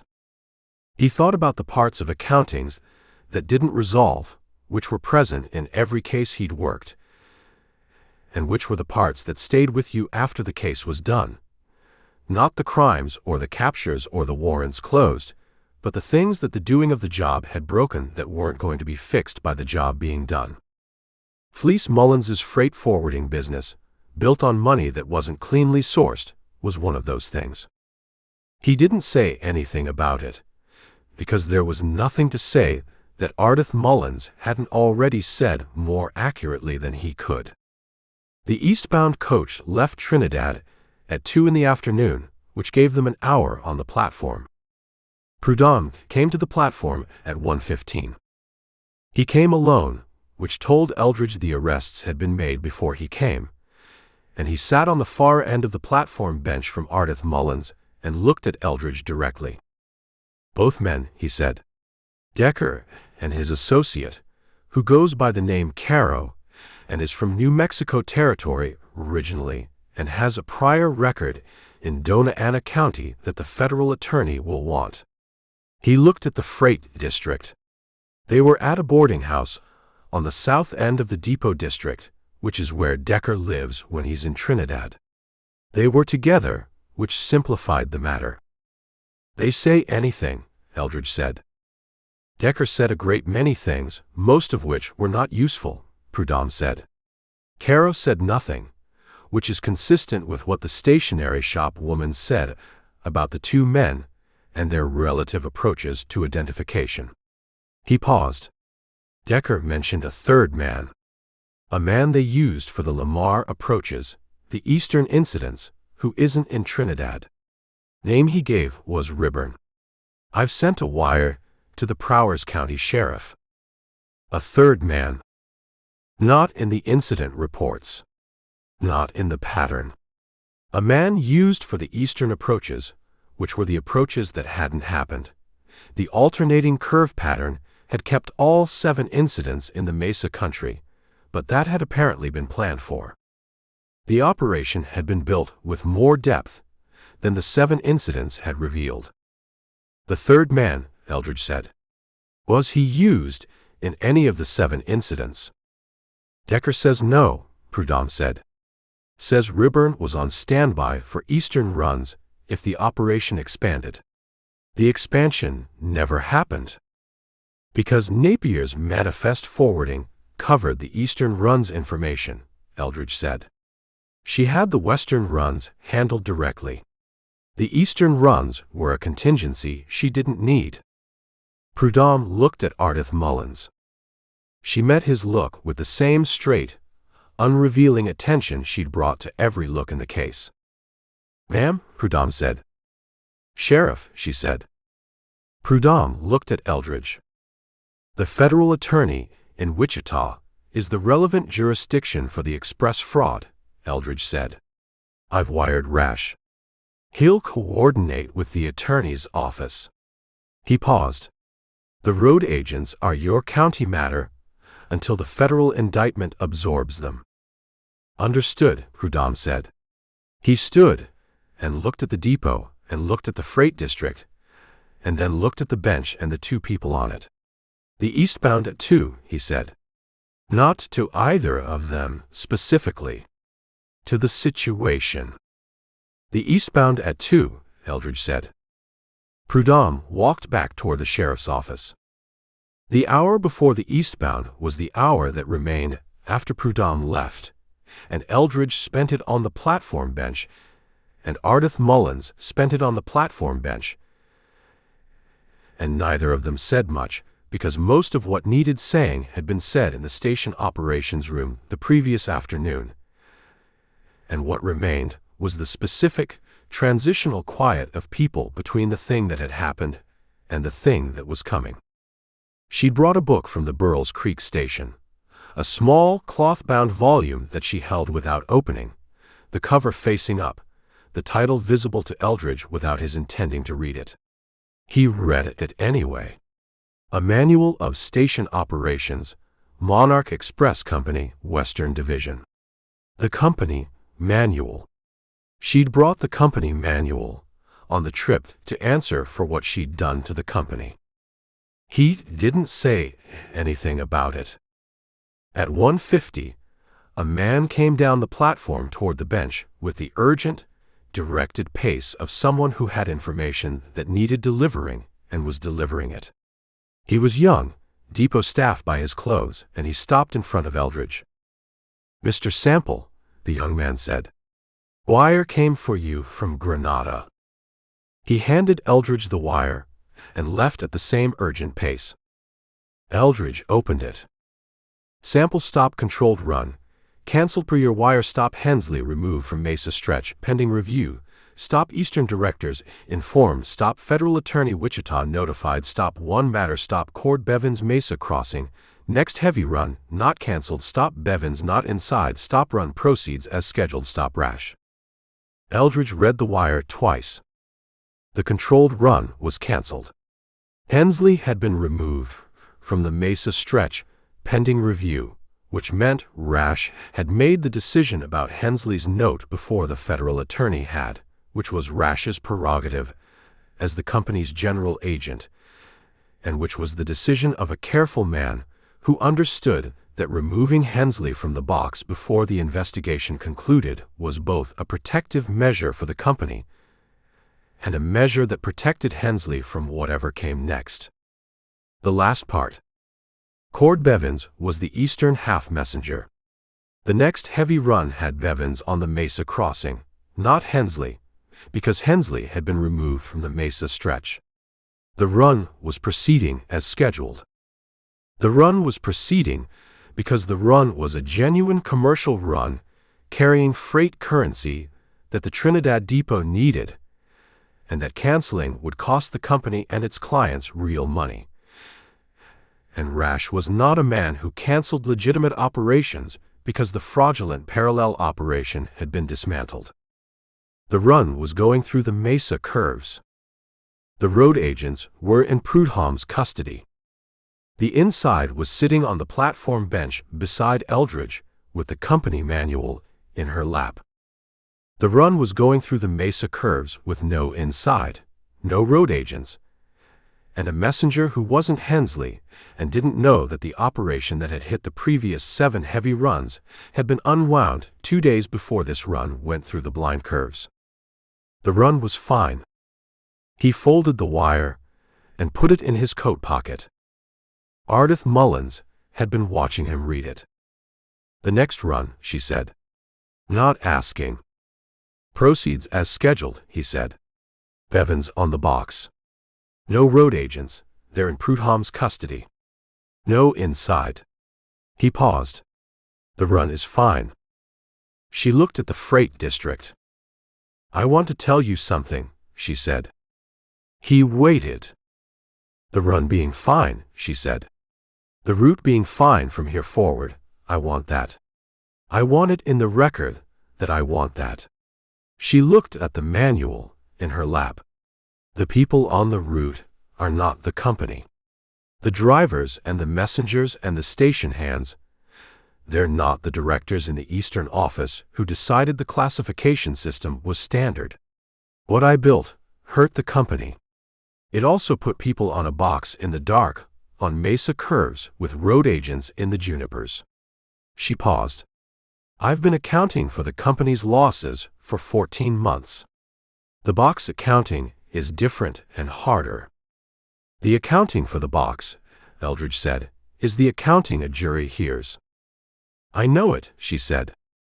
The eastbound coach came into the Trinidad depot at 2 o'clock with the punctual authority of a route that ran its schedule, regardless of what happened along it.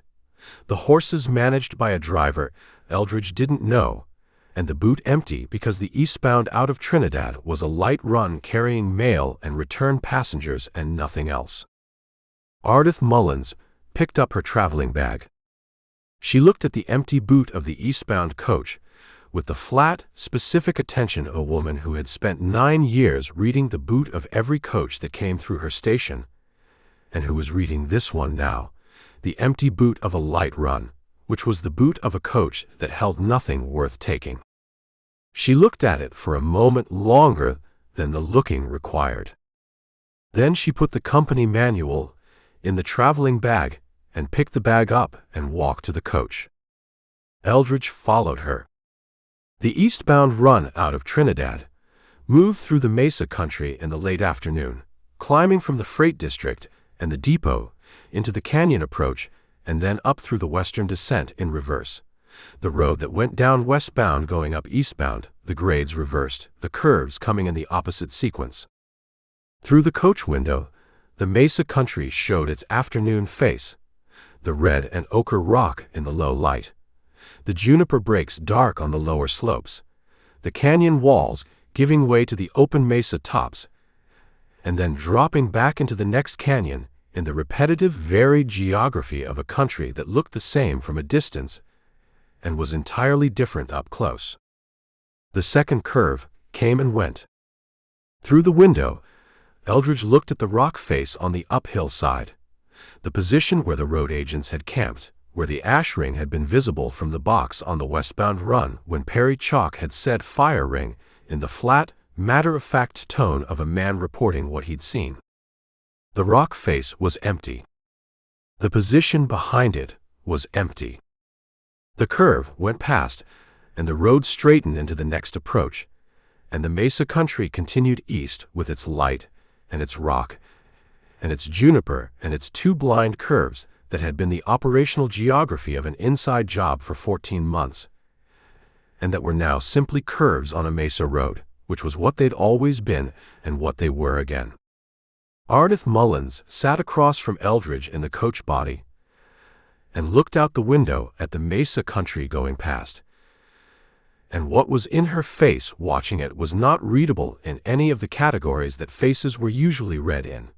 Not grief, not relief, not the performance of acceptance. Something more internal than any of those. The expression of a woman processing a country she'd known from a fixed position for 9 years, from the inside of a moving coach for the first time. She watched the Mesa country until the long eastern descent began, and the canyon gave way to the flat approach toward Lamar, and then she looked away from the window and looked at the company manual's spine visible through the open top of the traveling bag, and then looked at her hands.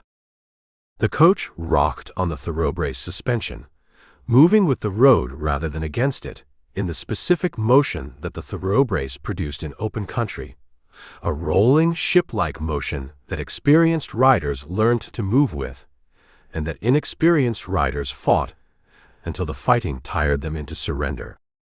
She moved with it. Eldridge watched the flat country east of the mesa open up in the coach window. The grass, the draws, the homesteads set back from the road with their particular suspended determination quality. The country that was full of people trying to make a permanent life in a place that hadn't fully decided whether permanence was available. He thought about what Rash had written. Your call. He thought about the call he'd made, which was to go back to the 5th stop and sit across from the operations desk and let the room give him what it had, and about what the room had given him, which was a woman who told him what it was rather than what she needed it to be. He thought about the note Burl Hensley had sent on the eastbound run, the note that was in the record now, that the federal attorney would read and make of what the federal attorney made of it, and about the distinction Ardith Mullins had drawn between a conclusion and knowledge, and about whether that distinction was one the law recognized. He thought about Dewey Rash in the Granada office with the leather folio, and the flat, evaluating expression of a man who'd been told by the Eastern directors that the losses were acceptable, and who had decided at personal cost that they were not. He thought about Perry chalk on the box, saying "fire ring" in the matter-of-fact tone of a young man reporting what he'd seen without editorializing about what it meant, and about good instincts, and about what good instincts cost a person in the specific situations where the instincts were accurate and the accuracy was inconvenient. He thought about Burl Hensley on the porch at Mesa Wells reading Parkman by lamplight after Eldridge went inside, the face in the absorbed, quiet expression of a man reading something for the fourth time because it said something different each time through, and about what the fourth reading of the Oregon Trail was about that Hensley hadn't decided yet. The coach moved east. The Mesa country fell away behind them into the last of the afternoon light. Ardith Mullins looked at her hands in her lap, the hands that had initialed 14 months of heavy-run manifests in the clean, precise manner of someone maintaining an accurate record while the record was being used for two purposes simultaneously, and she held them still in her lap with the same composure she'd held everything. The composure of a woman inside her decisions who understood that the decisions were made and the making of them was over, and what remained was everything that came after the making. The coach rocked on the thoroughbrace. The road ran east, straight and purposeful, toward Lamar and Granada, and the federal attorney's decisions, and the accounting that juries made of accountings, and the Mesa country with its blind curves and its juniper breaks and its ash rings behind rock faces was behind them, and the country ahead was flat and open and held nothing that Eldridge couldn't see from where he was sitting. He looked at the road. It was enough of a view for now. Chapter 9. Rash met the eastbound coach in Lamar. Not in Granada, in Lamar, which meant he'd ridden west from the terminus the same day Eldridge's wire arrived, and had been in Lamar overnight waiting for the eastbound to bring whatever the eastbound was bringing, because Rash was not a man who waited in his office for outcomes when the outcomes were in motion, and he had the means to be closer to them. He was on the platform when the coach came in, standing with his hands in his coat pockets, and the flat, evaluating expression that characterized all his public presentations, and he looked at Eldridge coming down the coach step, and then looked at Ardith Mullins coming down behind him, and held both observations in the evaluating expression without adding anything to it. Eldridge introduced them. Rash looked at Ardith Mullins with the specific attention of a man who had submitted 3 reclassification requests on her behalf to the Eastern directors and had received the standard classification language in return each time, and who was now looking at the reason those requests had been submitted and the reason they'd been insufficient, and the 14 months of consequence that the insufficiency had produced.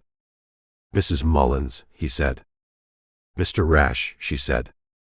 They looked at each other for a moment, across the platform, in the specific, complicated way of two people who had a long professional relationship conducted entirely through paperwork, and who were meeting for the first time in a circumstance that neither of them had planned for, and both of them had contributed to through separate mechanisms.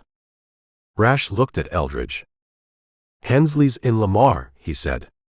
"He came in on the westbound this morning, after I sent word that he was removed from the Mesa stretch pending review." He paused. "He's at the hotel. He knows you're coming. I told him the eastbound was bringing you and that I needed him available." "He know about her," Eldridge said. "He knows the investigation produced what it produced," Rash said. "I didn't tell him specifically." He looked at Ardith Mullins again, briefly, and then at the depot behind the platform. "I've arranged a room at the hotel for conducting interviews."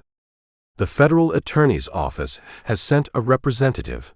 A man named Wills arrived this morning from Wichita on the Santa Fe. He's at the hotel. A federal attorney's representative in Lamar. Rash had moved faster than Eldridge had expected, which was the behavior of a man who'd been waiting 14 months to move and was making up for the waiting in the efficiency of the moving. Wills will want to speak with Mrs. Mullins first, Rash said. She'll speak with him, Eldridge said. He looked at Ardith Mullins. Yes, she said. The hotel interview room was a converted sitting room on the ground floor that the hotel manager had arranged with a table and 4 chairs and a water pitcher, and the general air of a room pressed into unfamiliar service by someone who understood that the service was important without understanding its specific requirements. It was adequate. It had a window, and the window showed the Lamar Main Street and the Monarch Express station across it, which Eldridge noted without finding the symmetry particularly instructive. Wills was a compact man of 35, with the careful, organized presentation of a federal attorney's office that understood its people were frequently working in conditions that were not their office and had trained them to carry the office with them in their bearing and their materials. He had a leather document case and a pen, and the attentive, recording manner of someone whose job was to assemble accurate accounts from the people who had them. He spoke with Ardith Mullins for 2 hours. Eldridge sat in on the first 30 minutes at Wills's request to establish the foundational account, Wills said, which was the account of how Eldridge had come to be in possession of the information he'd wired to Rash, and then withdrew at Wills's indication that the remainder of the session was between him and Mrs. Mullins directly. He went to find Burl Hensley. Hensley was not in his room. The hotel desk confirmed he'd taken a room, and confirmed he'd been in it that morning, and confirmed, with the slightly apologetic manner of a desk clerk delivering information that might be inconvenient, that Mr. Hensley had gone out after the westbound arrived and hadn't returned. Eldridge stood in the hotel lobby and thought about where a man went when he'd been removed from the Mesa stretch pending review, and had been told a federal investigation was concluding in Lamar, and had spent a morning in a hotel room with that information. He went to the Monarch Express station. Hensley was in the yard. He was in the corral at the station's east end, not doing anything in particular, just standing beside one of the relay horses with his hand on the animal's neck in the way of someone who'd gone somewhere that offered the specific comfort of being near horses when the alternatives were a hotel room with its 4 walls and the accumulated weight of what the walls contained. The horse was a bay, one of the station's relay animals, a horse Hensley had presumably seen on every run through Lamar for 6 years. The horse stood with the easy patience of a relay horse that had been around people its whole working life and had developed a policy of accepting whatever human presence offered itself, as long as it didn't require anything strenuous. Eldridge came to the corral fence and stood on the outside of it. Hensley looked at him across the bay's neck. "You found her," Hensley said. "I found her," Eldridge said. Hensley looked at the horse. "She told you," he said. "She told me what it is," Eldridge said. "Her words." Hensley absorbed this. He ran his hand down the bay's neck, slow, the gesture of someone doing something with their hands because the hands needed something to do, and this was the available thing, and the available thing was sufficient. "She told me once," Hensley said. "Early on. Not what she was planning. She didn't tell me that specifically. But she told me about the reclassification, about the requests and the directors and the standard classification language." He looked at the bay's ear, which was moving in the specific, independent way that horse ears moved when a horse was listening to something the humans around it couldn't hear. She said it the way she says things, once plainly without asking for a response. She put it in the air between us and left it there. When was that? Eldridge said. 3 years ago, Hensley said. Month after Leland died. He looked at the horse. I didn't say anything back. I understood what she was telling me, and I didn't say anything back. What did you understand? Eldridge said. Hensley was quiet for a moment, the genuine working quiet of a man thinking rather than the performed quiet of a man deciding how much to reveal. I understood that she was going to do something about it, he said. Not specifically. I didn't know what she was planning, and I didn't ask because not asking was, he stopped. He started again. Not asking was a decision I made, and I made it with full knowledge that I was making it, and I've carried it for 3 years, and I'm not going to dress it up as anything other than a decision I made. Eldridge looked at him across the corral fence. This was the thing Ardith Mullins had asked him to protect, the distinction between Hensley's conclusion and Hensley's knowledge. And standing at the fence looking at the man, Eldridge could see that the distinction was real, and also that the distinction had a limit. And the limit was 3 years ago, in a conversation where a woman had said something plainly, and a man had heard it and chosen not to hear it further. The note you sent on the eastbound run, Eldridge said. Hensley looked at him. You knew she'd need time, Eldridge said. You'd been watching the pattern for 14 months, and you'd concluded what you'd concluded, and you'd sat on the porch at Mesa Wells and told a stranger your conclusion, and then you sent a note. I sent a note, Hensley said. Tell me what you sent.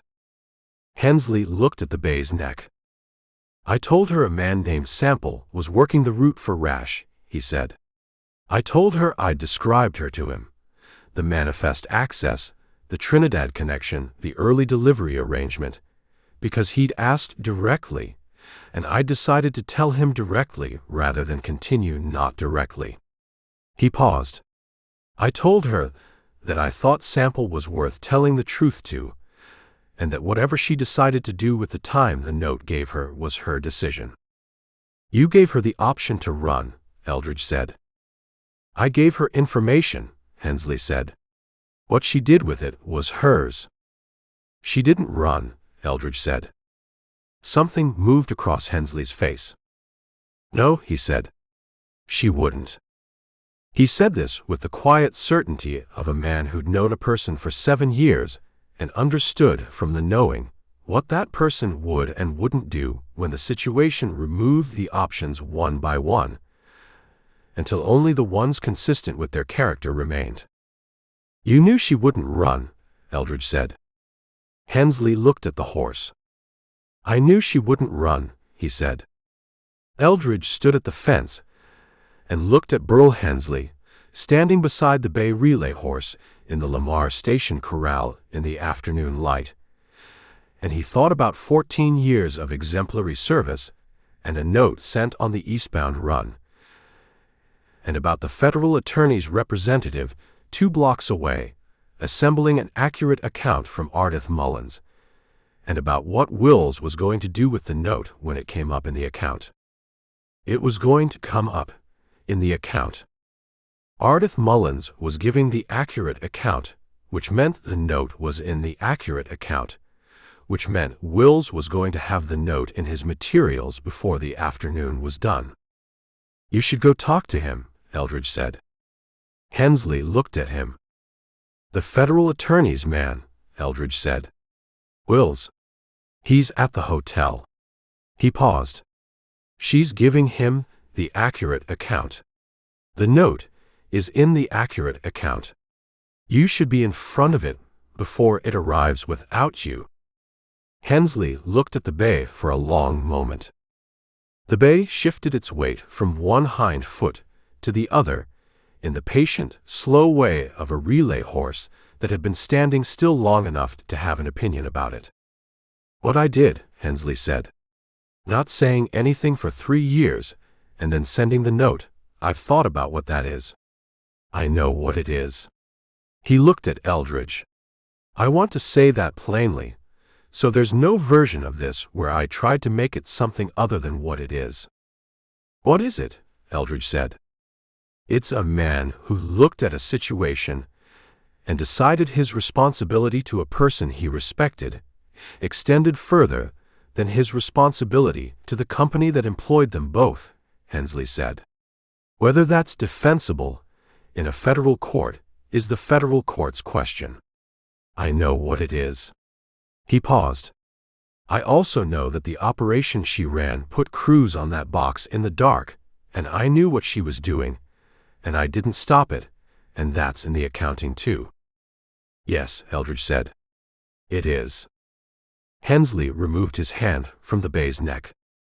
The bay stepped sideways once, and then returned to its standing position, and went back to its policy of patient tolerance. 14 years, Hensley said. Not to Eldridge, to the corral, to the station yard, to the specific geography of a working life that had been conducted in this kind of place on this kind of ground for 14 years, and that was in the process of being reassembled into something different that he couldn't yet fully see the shape of. 14 years is, he stopped. He didn't finish it. He didn't need to. Eldridge understood what 14 years was, in the specific sense that Hensley meant it. Not the calendar measure, not the accumulation of runs and routes and boxes protected and commendations received, but the structure of a life built around a specific kind of work that had been conducted with genuine skill and genuine pride, and that was now cracked through the middle by the specific crack that 3 years of not asking and a note on an eastbound run had made in it. Go talk to Wills, Eldridge said. Before she finishes, and he comes looking for you. Hensley looked at the hotel 2 blocks away, at the main street between the corral and the hotel, at the Lamar afternoon, going about its ordinary business in the space between a Monarch Express station corral and a hotel sitting room that had been turned into a federal interview room. He unlatched the corral gate and came through it and latched it behind him. He was a large man, Eldridge noticed again, broad with the physical density of someone who'd been on a box in hard country for 20 years and had built a body suited to the work. He stood on the outside of the corral gate and looked at the hotel and looked at Eldridge. The thing she said 3 years ago, he said. About the reclassification. About the directors and the standard language. He looked at the street. She was right about it. That's not a defense of what either of us did. It's just accurate. She was right about it, and the company was wrong about it. And those 2 facts have been true the whole time, and they don't change what happened. He paused. I want that in the record, too. Tell Wills, Eldridge said. I intend to, Hensley said. He walked to the hotel. Eldridge watched him go, the broad, weathered figure crossing the Lamar Main Street with the direct, purposeful stride of a man who decided what he was going to do and was doing it. The stride of a man who'd been on a box for 20 years and understood that forward was the available direction regardless of the ground's condition. He went to the other side of the corral fence and stood beside the bay for a few minutes in the warm afternoon air, not doing anything in particular, just standing near a horse that had a reasonable policy about human presence and was extending it without being asked. The Monarch Express station ran its afternoon business around him. The change of horses on an arriving light run, the mail transfer, the coach log initialed, the sequence of a professional operation doing what it did. And the station agent working the afternoon was one of Napier's 2 assistants, a young man who performed the sequence with the effortful energy of someone managing beyond his usual scope and who was managing it adequately, which was what the situation required and what the situation had. Napier was at the Lamar Territorial Bank.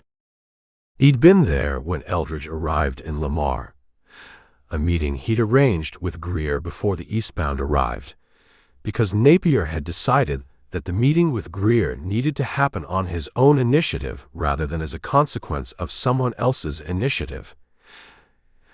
And the deciding of it was the first self-directed action Napier had taken in 14 months that wasn't the action of a man managing an arrangement he'd agreed to and was continuing to maintain because the quarterly payment had arrived.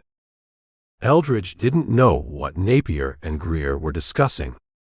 He had a reasonable idea. Rash found him at the corral at 4 o'clock.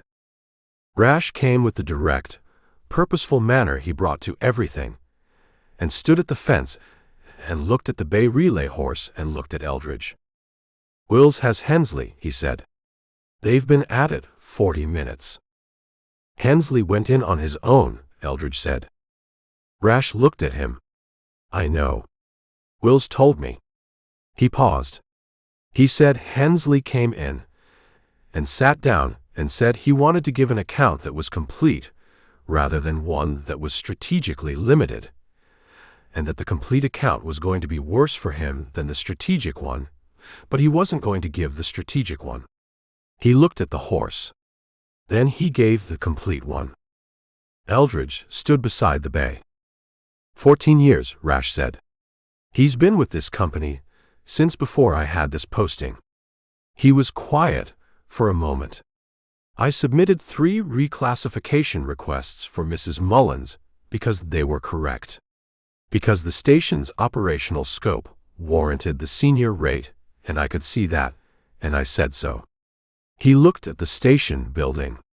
"The directors declined them because the classification system is standard across the route and not subject to individual station adjustment." He paused. "I've been in this company 22 years. I know what the standard language means. It means no." Eldridge looked at him. "I'm not excusing what she built," Rash said. "I want to be clear about that. 7 runs hit in the Mesa country. Crews on a box in the dark with road agents in the junipers. That's the accounting. And it doesn't get excused by the reclassification argument." He looked at the street. "But the reclassification argument is also accurate, and it also exists, and both of those things are true at the same time." "Hensley said the same," Eldridge said. "Hensley usually says the accurate thing," Rash said. "He said it with the flat, specific quality of a man giving a professional assessment that cost him something to give. That's been true for 14 years, and it's apparently true now, and I don't know what Wills is going to do with it." "Not our decision," Eldridge said. "No," Rash said. "It's not." He looked at the bay relay horse for a moment. "The station," he said. "Burl's Creek. I need to post a replacement agent." He paused. "The hand she briefed before she left can maintain operations for 2 weeks, maybe 3. After that, I need someone who can run it properly." He looked at the station building. "Someone who understands that the Burl's Creek station requires senior agent classification, which I'm going to submit for the 4th time, and which the directors are going to receive differently now that the consequences of denying the previous 3 requests are in front of a federal attorney in Wichita." "Will they reclassify?" Eldridge said. "They'll reclassify," Rash said. "The Eastern directors are careful men when they're looking at a federal fraud case that has their classification policy in the background of it." He said this without satisfaction, the tone of a man who'd been right about something for 3 years and was finding the confirmation of being right less useful than having been listened to in the first place would have been. Eldridge looked at the Monarch Express station, the corral, the building, the operation running its afternoon sequence, and thought about a route that was 180 miles of stage road through isolated country that moved freight and mail and passengers between a Kansas railroad terminus and a Colorado mining supply depot, and about the people who ran the stops along it and what they were paid for the running, and about the gap between the payment and the running that had been standard across the route for 9 years. He thought about the route running clean from here forward, the road agents in Prudhomme's custody, the inside unwound, the next heavy run going through the mesa curves with Cord Bevins on the box and no one behind the rock face at the second blind curve. He thought about the Burles Creek station, with the hand maintaining operations for 2 weeks, maybe 3, and the corral with 12 horses, and the cookhouse, and the bunkhouse, and the overnight accommodation, and the manifests arriving 6 hours early because the stock orders required early notice, the operational requirements of a relay station running at the level the route needed it to run at. He thought about $65 a month, and what it represented, and what it had produced. The fourth request, Eldridge said. Send it to the directors before Wills files his preliminary report. Rash looked at him. The preliminary report will reference the classification policy as contextual background for the inside operations motive, Eldridge said. If the request is already pending when the report arrives, the directors are responding to a pending request on its merits. If the request arrives after the report, they're responding to political pressure from a fraud case. The first is a better position for everyone. Rash looked at the station building. Tonight, he said. Tonight, Eldridge said. Rash nodded once and walked back toward the station building with the direct, purposeful stride of a man who had something to do and was going to do it before the day closed. And Eldridge stayed at the corral with the bay relay horse until the lights started going off the Lamar Main Street, and the evening came on with the specific cooling authority of high country evenings that dropped fast from the day's warmth toward the night's chill. He had one more stop to make on the Monarch Express route before the case was the federal attorney's entirely. He had the Burles Creek station. He had what the outline had always told him he had, which was the final stop, the last door, the last room to stand in with the full weight of what the route had given him. And he hadn't stood in it yet in the way he needed to stand in it. Tomorrow's westbound would take him there. He went to the hotel to find out whether they had a room and whether the kitchen was still running, and both of those things turned out to be true. And he ate a meal he didn't pay much attention to, and went to bed before 9 o'clock, and slept without difficulty for the first time since Granada, which was the sleep of a man who'd done the available work and was resting in the gap between the work that was done and the work that remained. Chapter 10. The westbound left Lamar at 6 in the morning, with Eldridge on the box beside a driver named Causey, who was not Hamp Rawls. Rawls was on a rest day, the schedule having rotated him off the Thursday run, which was the ordinary operation of a route that ran on a schedule rather than on the availability of any particular driver, and who handled the 6-horse hitch with the competent, unhurried attention of a man for whom the work was routine and the routine was sufficient. Eldridge had ridden the box enough times on this route that the box felt familiar in the way of things that had been encountered repeatedly across a compressed period, not familiar like home, which required time and repetition of a different kind, but familiar like a job, the specific familiarity of a position that had been occupied for a purpose, and that the body now knew without the mind having to direct it. He watched the country go west. The flat eastern country giving way to the mesa approach, and then the mesa country itself, the grades and the curves and the juniper breaks on the lower slopes, the canyon walls, the quality of the light on the red and ochre rock in the morning, all of it reading differently from the box on the westbound than it had read going east on the return, because direction changed the country's presentation the way direction changed most things, the approach to a place being a different experience than the departure from it, even when the road was the same road. The first blind curve came and went. The juniper break on the south side of the draw was exactly as it had been, dense, dark, the specific cover of years of unmanaged growth. Empty. The draw floor showed the gravel bar and the dry creek bed vegetation and the road crossing it and the west wall climb, and none of it held anything beyond its own geography. He looked at the empty juniper brake as the coach crossed the draw floor. He thought about 7 heavy runs and what had come out of that cover on each of them, and about Prudhomme in Trinidad with Decker and Caro in a county cell, and the third man somewhere in the Prowers County Sheriff's jurisdiction that the wire had gone out to, and about what the cover looked like now compared to what it had looked like on every previous heavy run through this draw. The same. It looked exactly the same. The second curve came at the Mesa Spur's end, and Causey handled it with the easy, practiced authority of a driver who'd been through this specific curve enough times to have stopped being conscious of the managing of it.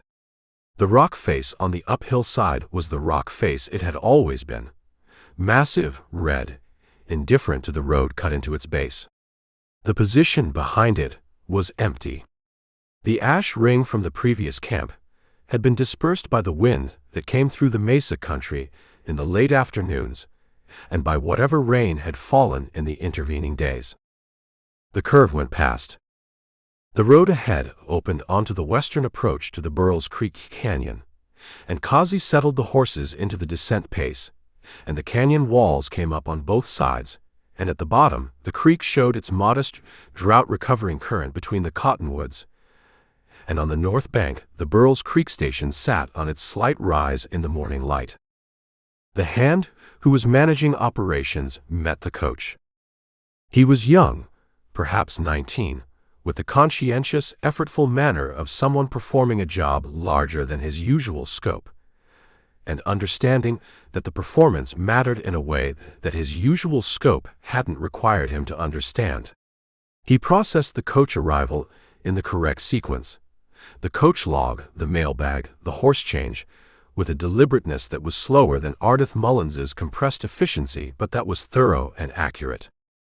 Eldridge got down. He walked to the station building and went inside. The operations room was as it had been on both previous visits. The desk, the manifest files, the coach log station copy, the lamp. Everything in its place. Everything in the order that 9 years of a specific person's organization had established, the room holding the shape of its absent occupant, the way rooms held the shapes of people who'd been in them long enough to leave an impression that outlasted the presence. The ledger was on the desk. Closed, pen beside it, in the position it occupied when the evening's entry had been made and the work had been concluded for the night. The hand had been maintaining the log in the correct sequence. Eldridge opened it and checked the last 3 entries and found them accurate and complete, the same clean, careful hand that had been running this log for 9 years. Not the same hand. The hand was similar but not identical. The careful, deliberate hand of a young man who'd been shown how the entries were made and was making them correctly, but not the specific, fluent precision of someone for whom the making of them had become as automatic as breathing. He closed the ledger. He looked at the manifest files, the organized sequence of received copies, each one in date order, each one initialed in the receiving agent's notation. The most recent 3 were initialed in the hand's notation rather than Ardith Mullins's, the transition visible in the file's sequence as a specific, datable change. He stood in the operations room for a few minutes and let the room give him what it had. What it had was the shape of a professional installation run to a professional standard for 9 years by a person who was no longer here, and the installation continuing to run because the installation had been built well enough that the absence of its builder didn't immediately unmake what the building had produced. That was a thing. That was worth noting. He went out to the yard. The corral held 12 horses in the organized, healthy condition that Ardith Mullins's stock management had established, the water trough clean and full from the creek pump, the feed distributed, the horses in the specific settled condition of animals well managed over a sustained period. The young hand was working the near fence with a post driver, resecuring a post that had loosened, doing the maintenance work of a station that ran 12 horses and required continuous attention to the infrastructure that supported them. Eldridge watched him work. He drove the post with the focused, task-completing concentration of someone who understood that the post needed to be right and was making it right. And he checked the wire tension after each drive with the careful attention of someone who'd been told how to check it and was checking it correctly. The roan was in the far stall of the barn where the hand had put her when Eldridge arrived, fed and watered, which he checked before he came back out, finding both conditions correct. He walked to the creek. The cottonwoods along the bank were in the specific, late summer condition of trees that had been through a drought year and were coming out the other side of it, the leaves beginning to show the early yellow at their edges that preceded the fall color, the bark and the specific gray-brown of late August, the root system stabilized by whatever the creek had recovered in the weeks since the rain had come, and the Cimarron tributary system had begun contributing to the flow. The creek ran with more authority than it had run on the first visit. Not the full volume that a normal year would have produced in this drainage in late summer, but more than it had been, the water moving with the purposeful, recovering pace of a watercourse that had found its way back toward its own nature after a long time running below it. He stood at the bank and looked at the creek and thought about the route. 180 miles of stage road. 7 stops.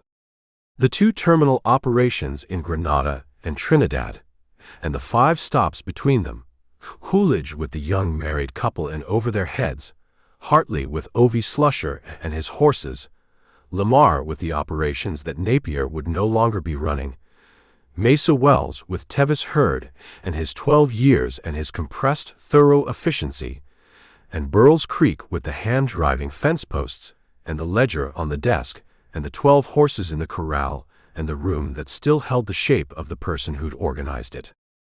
The route would run. The next heavy run would go through the Mesa curves with Cord Bevins on the box and arrive at Trinidad with its freight currency intact, and depart Trinidad on the eastbound with the return mail and whatever passengers were making the trip east. And Bevins would ride the box through the curves, going both directions with the focused professional attention of a messenger doing his job, which was the only attention a box on a Mesa curve required. The route would run clean. Not because the people on it were better than they'd been before. They were the same people, in the same positions, doing the same work for the same wages that the company's standard classification system determined were appropriate. Napier was gone, and Ardith Mullins was gone, and Hensley was removed from the Mesa stretch pending the federal attorney's determination of what the complete account Hensley had given Wills required in terms of consequence, but the route itself was the route, and the route's requirements were the route's requirements. And the people who remained would meet them because meeting them was the work. He picked up a piece of gravel from the creek bank and turned it in his hand, creek gravel, smooth, rounded by water over a long period of time, the specific patient shaping that water did to stone when it had enough time and enough consistent flow to do the work. He set it back on the bank. He thought about Dewey Rash in Grenada, sending the 4th reclassification request to the Eastern directors last night, before the hotel's lamp went out, and about what the directors would do with it now that the context had changed from a general agent's assessment of operational scope to a federal fraud case's contextual background, and about whether the doing of the right thing under pressure was the same thing as doing the right thing or whether the pressure made it something different. He thought about the distinction and decided it was the federal attorney's distinction to make rather than his, which was where most of the distinctions in this case had ended up, and which was the appropriate place for them. He went back to the station building and sat at the operations desk for a few minutes, not using it, just sitting in it, the chair that Ardith Mullins had sat in for 3 years as primary agent and for 6 years before that as assistant, the desk that held the ledger and the manifest files and the coach log that were the operational record of the Burles Creek station from its establishment to the present. He looked at the manifest files. The most recent heavy runs manifest was filed in the sequence, received, initialed, filed. The one before it. The ones before that, going back through the hands initialing, and then through Ardith Mullins's clean, precise notation. The dates in the file's sequence marking the transition with the specific precision of a record kept accurately throughout. She'd kept the station record accurately throughout. Both records. The manifest files were accurate. The station log was accurate. The operational record of the Burles Creek station was a complete and accurate account of everything the station had received and processed for 9 years, maintained to the professional standard that the station's metrics reflected, and that the company's audit had confirmed twice. The other record, the one that wasn't in the manifest files or the station log, the private accounting that ran alongside the official one, and that had produced $11,460 in diverted express box contents across 14 months and 7 incidents, that record was accurate too. She'd told him what it was rather than what she needed it to be. He thought about that, and about what it cost a person to do that, to sit across from a desk in a room they'd built and maintained and were leaving, and tell the accurate account to the person who had come to take them from it, without softening, and without the performance of remorse, and without asking for understanding, simply telling it accurately because the accuracy mattered, and she decided it mattered more than whatever the strategic alternative would have produced. He thought about the company manual in the traveling bag.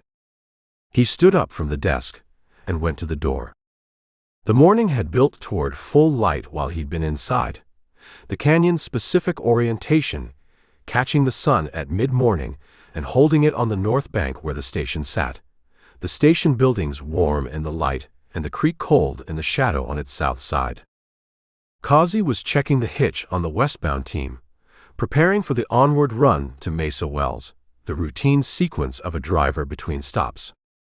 The hand had finished the fence post and was walking the corral perimeter checking the wire, the systematic attention of someone doing maintenance correctly.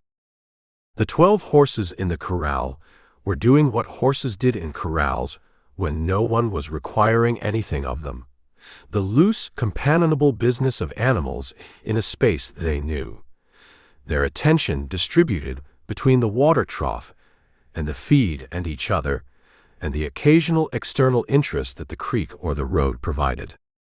Eldridge stood in the station yard and looked at the operation running and the absence of the person who'd built it, and thought about what Rash had said, that the 4th reclassification request was going to the directors, and that the directors were going to receive it differently now, and that the replacement agent Rash posted to the Burles Creek station was going to be paid the senior agent rate because the station's operational scope warranted the senior rate and had warranted it for 9 years, and the warranting of it was now a fact the directors were going to acknowledge. Too late to matter to the person it should have mattered to in time. He knew this and stood with it in the station yard without resolving it, because it was not a thing that resolved. It was a thing that sat exactly where it sat in the accurate account with the weight the accurate account assigned to it. He went to the barn and saddled the roan. She accepted the saddling with her characteristic patience and communicated readiness through the forward orientation of her attention, the ears up, the posture of a horse that had been rested and fed and was prepared for whatever the morning required. He led her out of the barn. The hand came around from the corral when he heard the horse and stood at the barn's edge watching Eldridge prepare to mount. "You headed east?" the hand said. "East," Eldridge said. The hand looked at the roan. "The manifest for next week's heavy run came in this morning on the westbound," the hand said. "I filed it the way Mrs. Mullins showed me. Date order, initialed in the heavy run section." He paused. "I want to make sure I'm doing it right." Eldridge looked at him. "She showed you the correct sequence before she left," Eldridge said. "Yes, sir." "You're doing it right," Eldridge said. The hand nodded with the relieved, careful attention of someone who'd needed confirmation and had received it, and was going to go on doing the thing correctly now that the doing of it had been confirmed. Eldridge mounted the roan. He looked at the station building, and the corral, and the cookhouse, and the bunkhouse, and the windmill, and the creek pump, and the creek itself, running its recovering current between the cottonwoods in the late morning light. He thought about the route running clean from here forward, the manifests received and filed and initialed in the correct sequence, the horses maintained at the level the route required, the overnight accommodation available for the passengers who needed it, the heavy runs going through the mesa curves with nothing waiting in the junipers. He thought about Dewey Rash and the 4th reclassification request and the Eastern directors and what they would do with it now. He thought about Burl Hensley sitting across from Wills in the hotel interview room and giving the complete account, because the complete account was the accurate one, and the accurate one was the only one Hensley was going to give. He thought about Ardith Mullins, in whatever situation the federal attorney's process was moving her toward, with the company manual in the traveling bag and the accurate account in the record, and the distinction between $65 and $90 a month sitting in the background of the federal fraud case where Wills was going to have to decide what to do with it. He turned the roan east. The canyon road climbed out of the drainage in the series of cuts that the route's builders had made in the rock, and at the top of the climb the country opened, the mesa top spreading out in every direction, the juniper and pinon on the lower slopes, the canyon rims to the north and south, the sky above it, all in the hard, specific blue of a Colorado morning in late summer that had made its decision about the day and was committed to it. He rode east at the roan's ground-covering walk, which was the pace she chose for open country when she wasn't being asked for something faster, the efficient, sustainable pace of an animal that had been covering ground for a long time and had decided how ground was most usefully covered. The mesa country moved past him in the way it moved past everything, without hurry, without accommodation, simply present in the specific, indifferent manner of landscape that had been here long before the road cut through it, and would be here long after the road was gone. The first blind curve came from the east in the reverse approach, the mesa spur's end visible ahead, the rock face on the uphill side reading differently going east than it had read going west. The angle changed, the shadow different, the same stone face showing a different aspect to a rider coming from the other direction. He went through it. The curve was a curve. The rock face was rock. The road on the other side opened onto the long mesa straightaway that connected the spur's end to the canyon descent toward Lamar, and the roan moved through the curve and onto the straight without changing her pace, the familiar, ground-covering walk carrying them east the way it had carried them through everything the route had offered. He looked at the road ahead. Mesa country for another hour, then the descent, then Lamar, and the Santa Fe connection east to Granada, and the conversation with Rash that would close the operational accounting of the case and produce the written account that Wills needed from him to complete the federal attorney's picture. The written account he did at night, in hotel rooms, in the small, careful handwriting that he'd been producing across 6 books of this work, the 2 or 3 pages that turned what he'd done and seen and concluded into a record that outlasted the doing and the seeing and the concluding, that put the accurate account in a form a court could use. He'd write tonight. The roan walked east on the Mesa Road, and the morning did what Colorado mornings did at elevation. Held its cool for longer than the temperature warranted, the altitude doing something to the air that kept the sun from fully arriving until the sun had fully earned it. And in that specific, lingering cool, the Mesa country had its best hours, the light on the rock most precise, the distances most readable, the whole of the landscape most itself. He thought about Perry chalk on the box, saying "fire ring" in the matter-of-fact tone of a young man who'd seen something and reported it and returned to his job. He thought about what happened to a young messenger with good instincts and a professional understanding of the boundary between his job and other people's jobs when a federal investigation cleared the route he'd been riding. He thought about whether Rash knew what he had in Perry chalk, and whether Rash, being Rash, probably knew.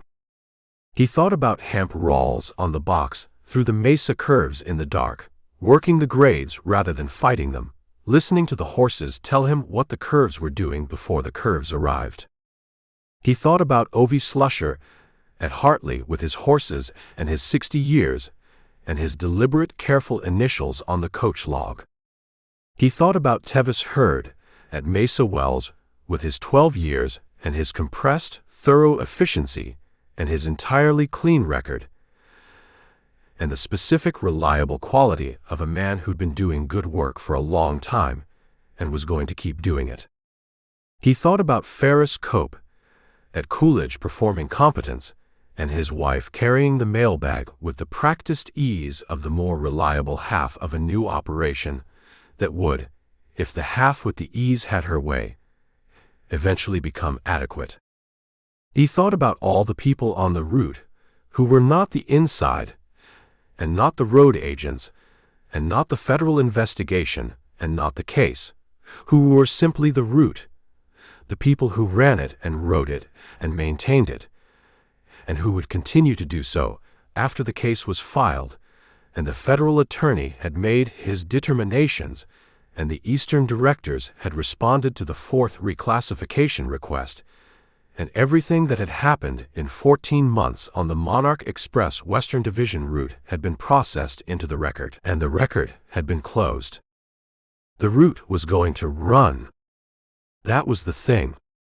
After the account was written, and the warrant was closed, and Rash had his answers, and the federal attorney had his case, and the Eastern directors had the fourth reclassification request in front of them, the route was going to run. Coaches on the road, manifests in the files, horses in the corrals, the Mesa curves going past in the dark with nothing waiting in the junipers, the express boxes arriving at Trinidad with their contents intact, the route doing what it had been doing since 1868 when the first coach went through on a road cut into the canyon rock by men with chisels and time. He rode east through the last of the Mesa country, and the descent began at the canyon's edge, and the roan shifted her weight back for the grade in the automatic, responsive way of a horse that read ground correctly and trusted the rider to let her respond to it. And Eldridge gave her the rein, and she took the descent at her own pace, careful and sure-footed on the canyon road. Below the mesa, the flat country opened east toward Lamar, and the sky above it was the Kansas sky rather than the Colorado sky. A different quality of enormity, wider and less specific than the Mesa country's contained and dramatic version. The horizon farther away and more absolute, and the light sitting on the land with the flat, democratic authority of a sky that covered everything equally. He rode into it. The roan's shoes found the flat road east of the canyon, and her stride opened from the descent's careful pace into the ground-covering walk, and the country moved past, and Lamar was ahead, and Granada was ahead of that, and the Santa Fe was ahead of that, and the written account was tonight's work, and the warrant was the federal attorney's work, and the route was the route's own work going forward. He rode east on the Monarch Express road, and thought about nothing in particular, which was the specific, earned luxury of a man who had done the available work, and was in the space between the finishing of it and whatever came next. The roan walked. The country opened. The sky did what it did. The end.